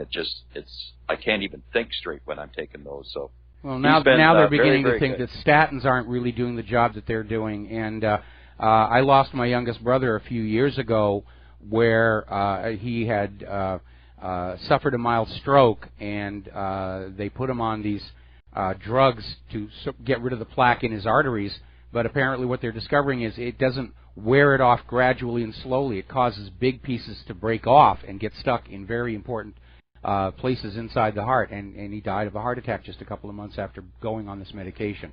So it's a real mess out there. According to Johns Hopkins, 250,000 Americans die each year from medical errors, and those are just the errors. We're not including the people who are dying from deliberate malpractice, like this individual with the cancer treatments, or the fact that some of the medications and procedures are all about maximizing profit and not necessarily what is good for the patient. Anyway, we're down to about a minute and a half before we're going to hit a commercial break. So one more time, give us your website and where people can go to get this stuff. Heartdrop.com. That's HEARTDROP.com. Our toll-free number is 1-877-928-8822, and you can also type Extendivite with an X into Amazon, get it there, or you can find the link on our pay page. And every 7 minutes, I'm in Canada, every 7 minutes someone in Canada dies from a stroke or a heart attack. We're 10 times smaller than the United States, so that means every 70 seconds in the USA, somebody dies from a heart attack or a stroke. I would say it's probably higher given our dietary problems down here. Well, we have the same dietary problems. Ah, well, okay. I thought the food in Canada was much better the last time I was there. All right, well... Well, I don't know. I think we're a mirror image of the States. Oh, I feel so sorry for you. I apologize profusely. Just poor politicians. All right, well, Don, thanks an awful lot. We'll have you back on the show somewhere down the road here. Once again, the product is called Extendivite. And Claire and I use it. A lot of people benefit from it. Nobody's been harmed by it. And if you are as worried about the ethics, morality of the medical industrial complex, you might want to look at this product. We'll be back after these commercials. And aloha, America. Welcome back to the show here. And I'm already getting a lot of email regarding Don Wiskin and Extendivite and the pertinent questions I forwarded on to him. And I'm looking at this article about this study from Johns Hopkins where medical mistakes kill 250,000 Americans every single year. And then when you add into that deliberate malfeasance, like telling patients they have a disease so you can sell them the cure, or inventing a disease so you can sell pills. Remember the guy who came up with ADHD shortly before he passed away, he admitted it was a fictitious disease. They made it up in order to sell pills. I'm finding it very hard to find a moral difference between the giant pharmaceutical corporations and the guy down on the street corner selling the CIA's heroin and cocaine. Anyway. Now then, apparently a Federal Reserve employee has been caught for using Federal Reserve computers to mine bitcoins. And I'm sure they were angry with him not only for misuse of the Federal Reserve's computer, but because the Federal Reserve does not like the idea of Bitcoin, virtual currencies, or indeed any alternative to their precious Federal Reserve note. A little bit of irony there in the background. Now, over in Great Britain, they have approved a trial for genetically modified super wheat. And a lot of people are very concerned about that because of the long, tragic history of these test fields contaminating natural crops all around them. Remember, we had this big stink here in the United States where farmers up in Oregon who thought they were growing natural wheat and sent it off to China for sale, and China tested it and said, no, there's altered genes in here. And the shipment was rejected. And they finally found out these fields in Oregon were contaminated by pollen from an as yet unapproved genetically modified wheat that was being grown several states away. Monsanto's official position is if you have a 10-yard safety zone around your field, that you are safe from contamination or from contaminating your neighbors. And that's completely absurd. Pollen is carried on the wind. It's carried by bees. It's carried by birds. When the first humans arrived here in the Hawaiian Islands, the place was just blooming with plants. How do you think they got here? It's amazing. They're being very reckless, and genetic technology is the most dangerous technology we've ever played with, far worse than nuclear. We're tinkering with the code of life, and any one of the mistakes they made could turn out to be an extinction-level event. More and more people around the world are getting concerned about it. Brazil is considering refusing all GMO imports from the United States, just as China and Russia already do. So Monsanto's solution is to bribe the U.S. government to ban GMO labeling and force us to buy it. Now, we're getting word that police are raiding the Standing Rock camps where the protesters, the Native Americans, have been staying as they protest the Dakota Access Pipeline. Unfortunately, Trump is moving forward with the pipeline, and the Army Corps of Engineers has been ordered to grant the easements to allow the construction to continue. And this is one of those situations where there are competing issues and agendas. But we have to remember the Native Americans do have a point.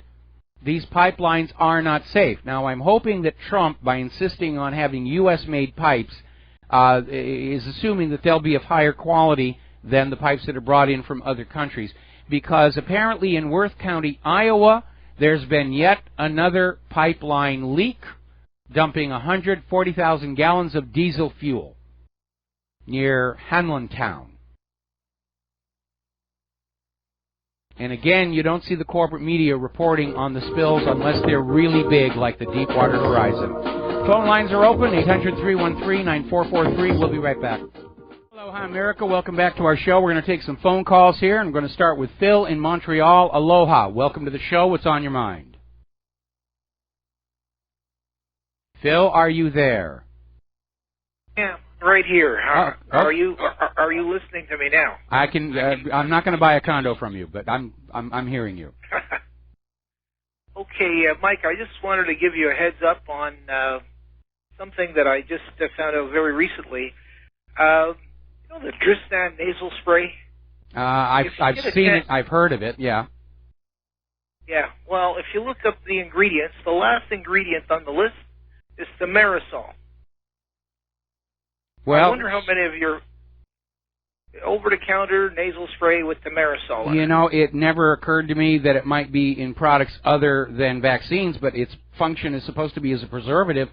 So, yeah, it could actually be in a lot of other over-the-counter medications right here. Yeah, I mean, the FDA banned it in 1999. Why is it still being put on out there?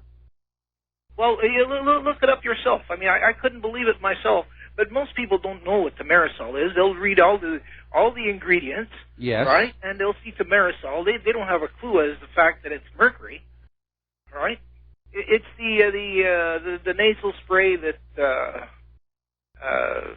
long-lasting nasal spray. It's right there. I mean, believable. Okay, I'm just taking a look at it.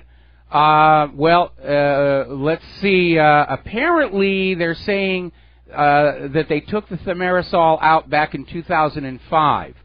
But it could be, it's listed as a non-medical ingredient. But for those who are not familiar with what we're talking about, thimerosal is a mercury-based preservative, but mercury is a neurotoxin, and it does cause damage.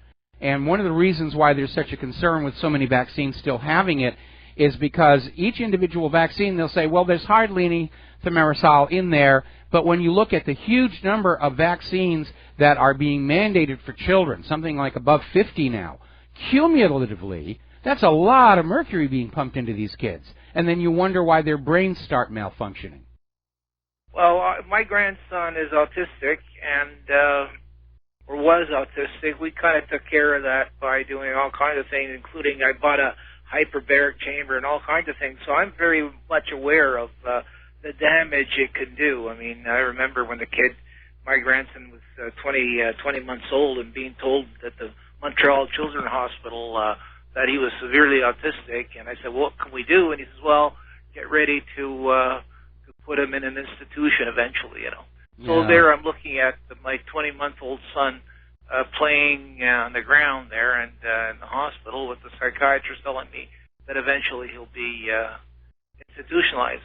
Well, that didn't happen because he's doing very, very well now, and it cost me a lot of money and a lot of chelation and a lot of other things. But, got to get that mercury out somehow. The body doesn't have a natural system for getting rid of it, and that's why chelation therapy can really help. Well, there are things that we did that. First thing I did was find a doctor who had a child who was also autistic. That helped. That might be a good thing as well. But we're starting to see an alarming trend by the American Medical Association to literally threaten doctors with loss of their medical license if they don't conform to the official propaganda. I know. You got to keep the name out of the news there because then they're worried about losing their medical license. Well, there was this problem that surfaced with the oral polio vaccine, which was an attenuated pathogen vaccine, and the pathogen returned to full potency after application, and kids started coming down with what looked like polio, and the AMA literally went on out and said, you will not use the word polio, you will use some other euphemism because we're officially saying it can't be polio if they had the polio vaccine. And, again, it is a huge, huge problem. How old is your son now, Phil? Well, it's my grandson. He's going to be 12 soon. He's finishing elementary school. He's doing very well.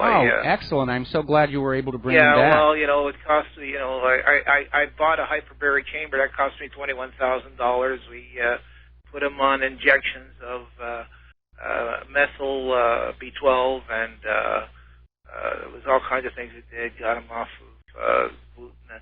Basically, the vaccine just destroyed his gut, and we were able to. He still is has to be gluten free, but he can eat everything else. So I mean.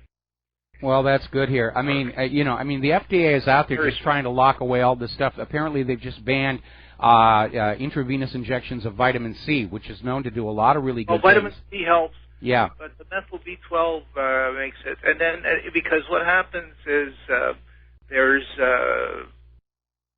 what's it called, that is generated in the brain to remove all the garbage truck for the chemicals in the brain. The methyl, what happens, one of the, when, how should I put this? When the enzymes and the proteins are being produced, it does it in different stages. So if there's a break in one of the different components as the body's building the compounds. I hate to cut you off here. I do know that there's an issue with the age at which the myelin sheaths of the neurons finish growing, because the brain isn't fully formed at birth, and apparently when these vaccines are administered before the myelin sheaths complete, the possibility of autism is much higher. He didn't talk till almost 5 years old, but now he's fluent. Well, I'm glad for that. Phil, I'm going to have to let you go. Good luck. Right. Good news about your grandson coming back and everything. And we're going to switch over to Tim in Wyoming. Aloha, Tim. Welcome to the show. What's on your mind? Hi, Mike. Thanks for taking my call. I wanted to talk to you about the GMO labeling, because when you had Don Wiskin on earlier, that was one thing that I thought that he would have probably mentioned, was that GMO prevalence was one of the things that was causing issues with people's health. And what I've noticed here in Wyoming recently is that there are quite a few things that are now labeled, even corn chips and potato chips and cereals. There's a cereal company that I used to have a great liking for the cereal company, and I won't say who it is, but they've been bought by another company, and now they produce almost everything with genetic engineering, and it's labeled on their bag, on their packages.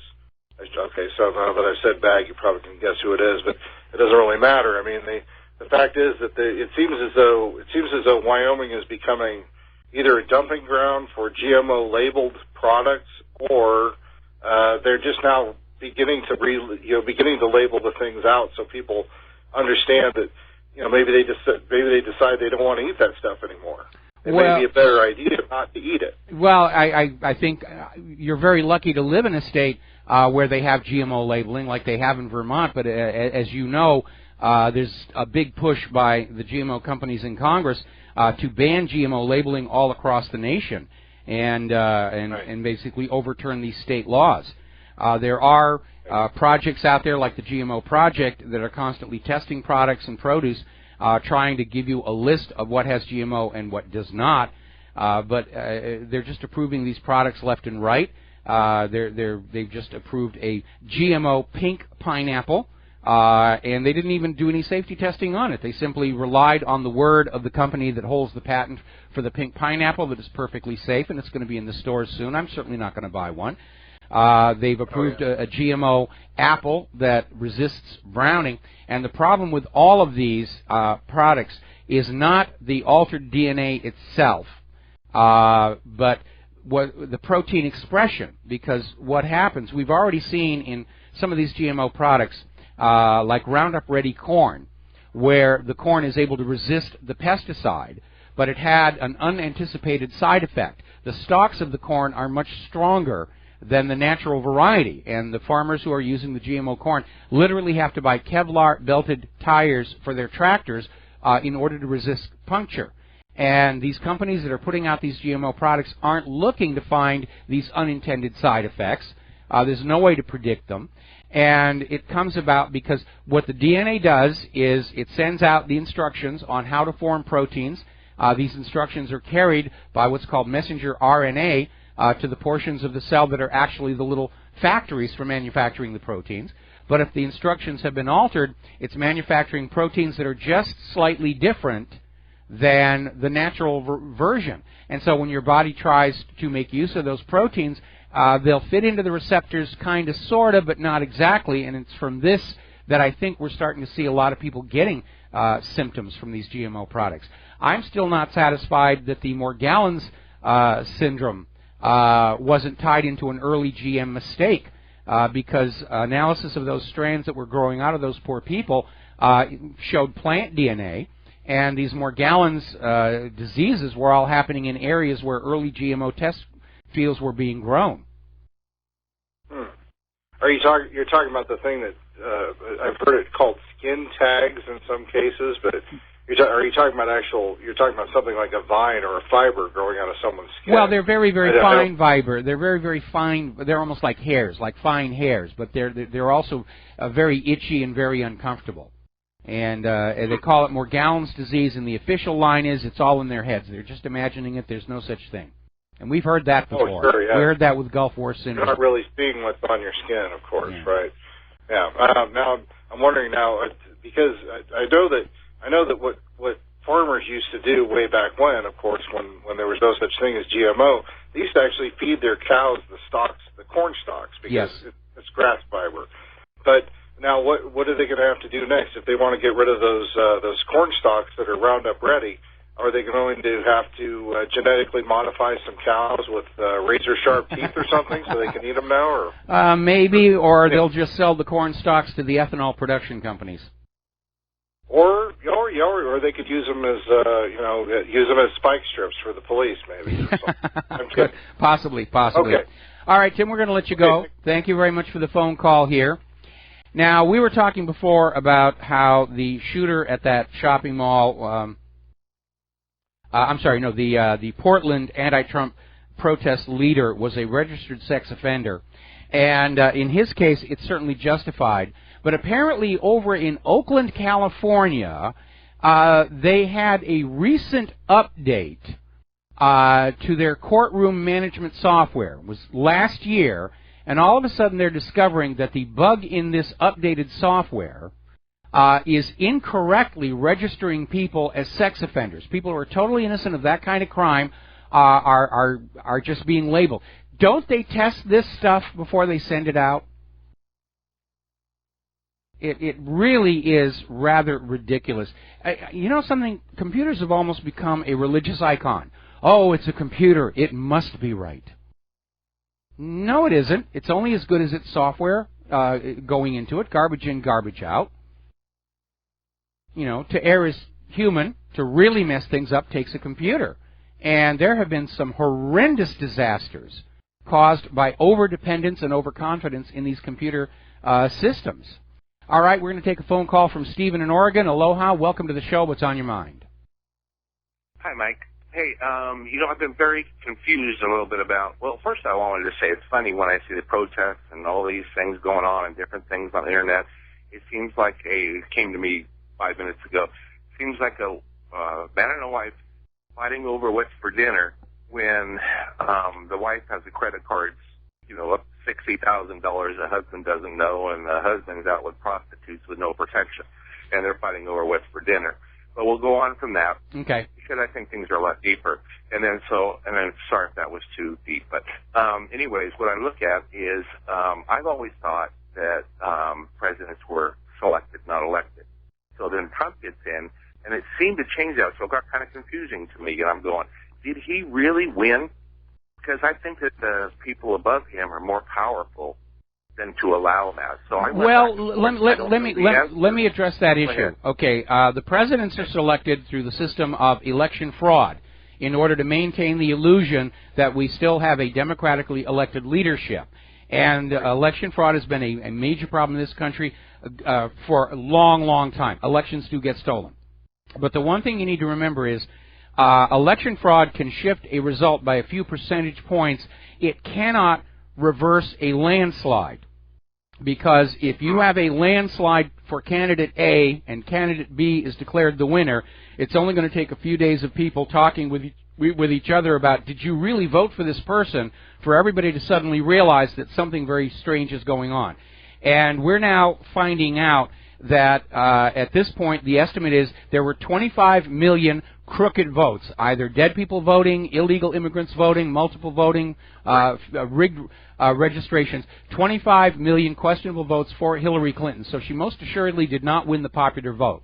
And it appears that the reality is Donald Trump won by such a landslide that somebody decided it was too risky to try and declare Hillary Clinton the winner.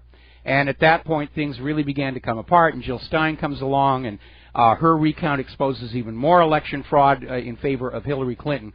And so they basically had to go with the will of the people, just like what happened with Brexit. There was massive fraud going on the part of the Remain campaign, but they couldn't reverse a landslide.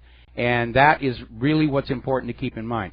So Donald Trump certainly seems to be the real deal. He's definitely the outsider. The one percenters do not like him.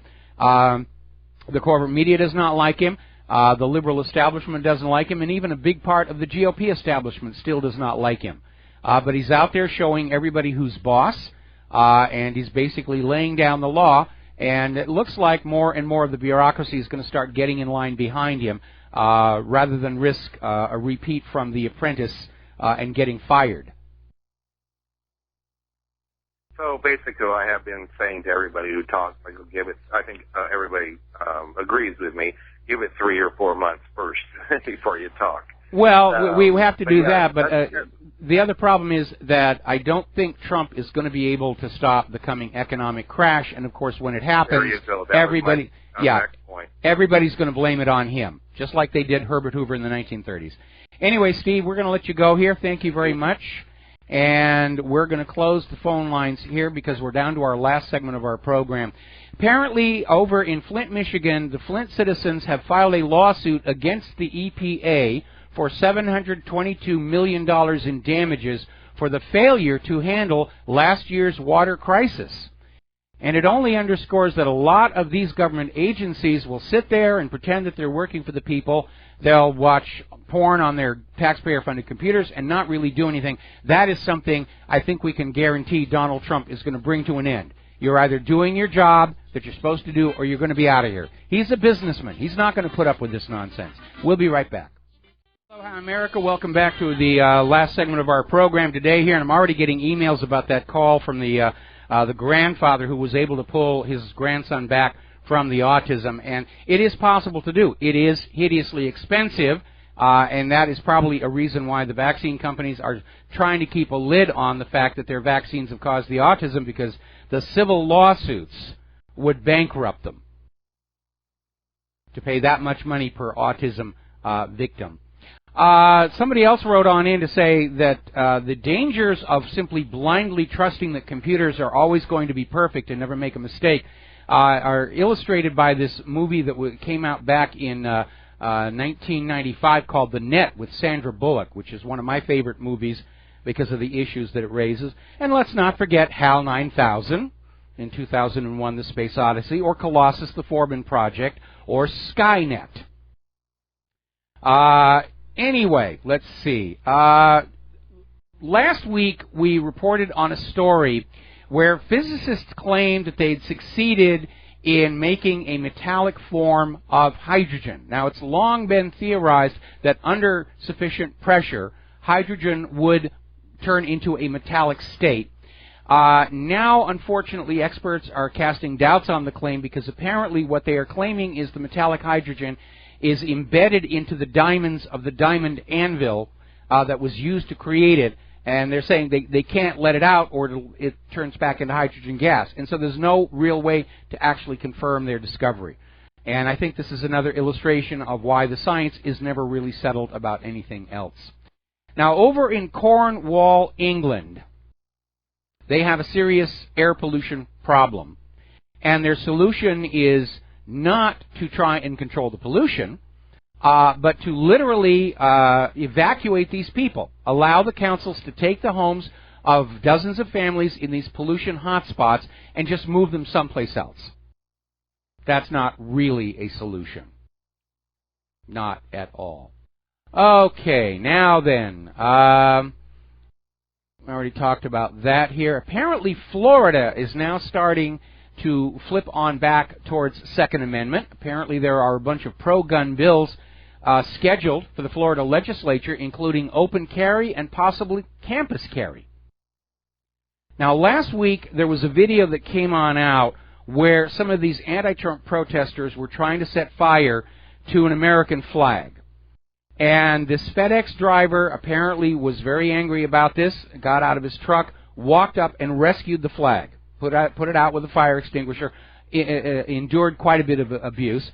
The pro-Trump protesters apparently complained to FedEx trying to get this guy fired, and FedEx said, "We have absolutely no problem with any of our people protecting the American flag." Now, I understand that the First Amendment says it's okay to burn the flag as a form of protest, but I think it's also First Amendment protection that you can save that flag.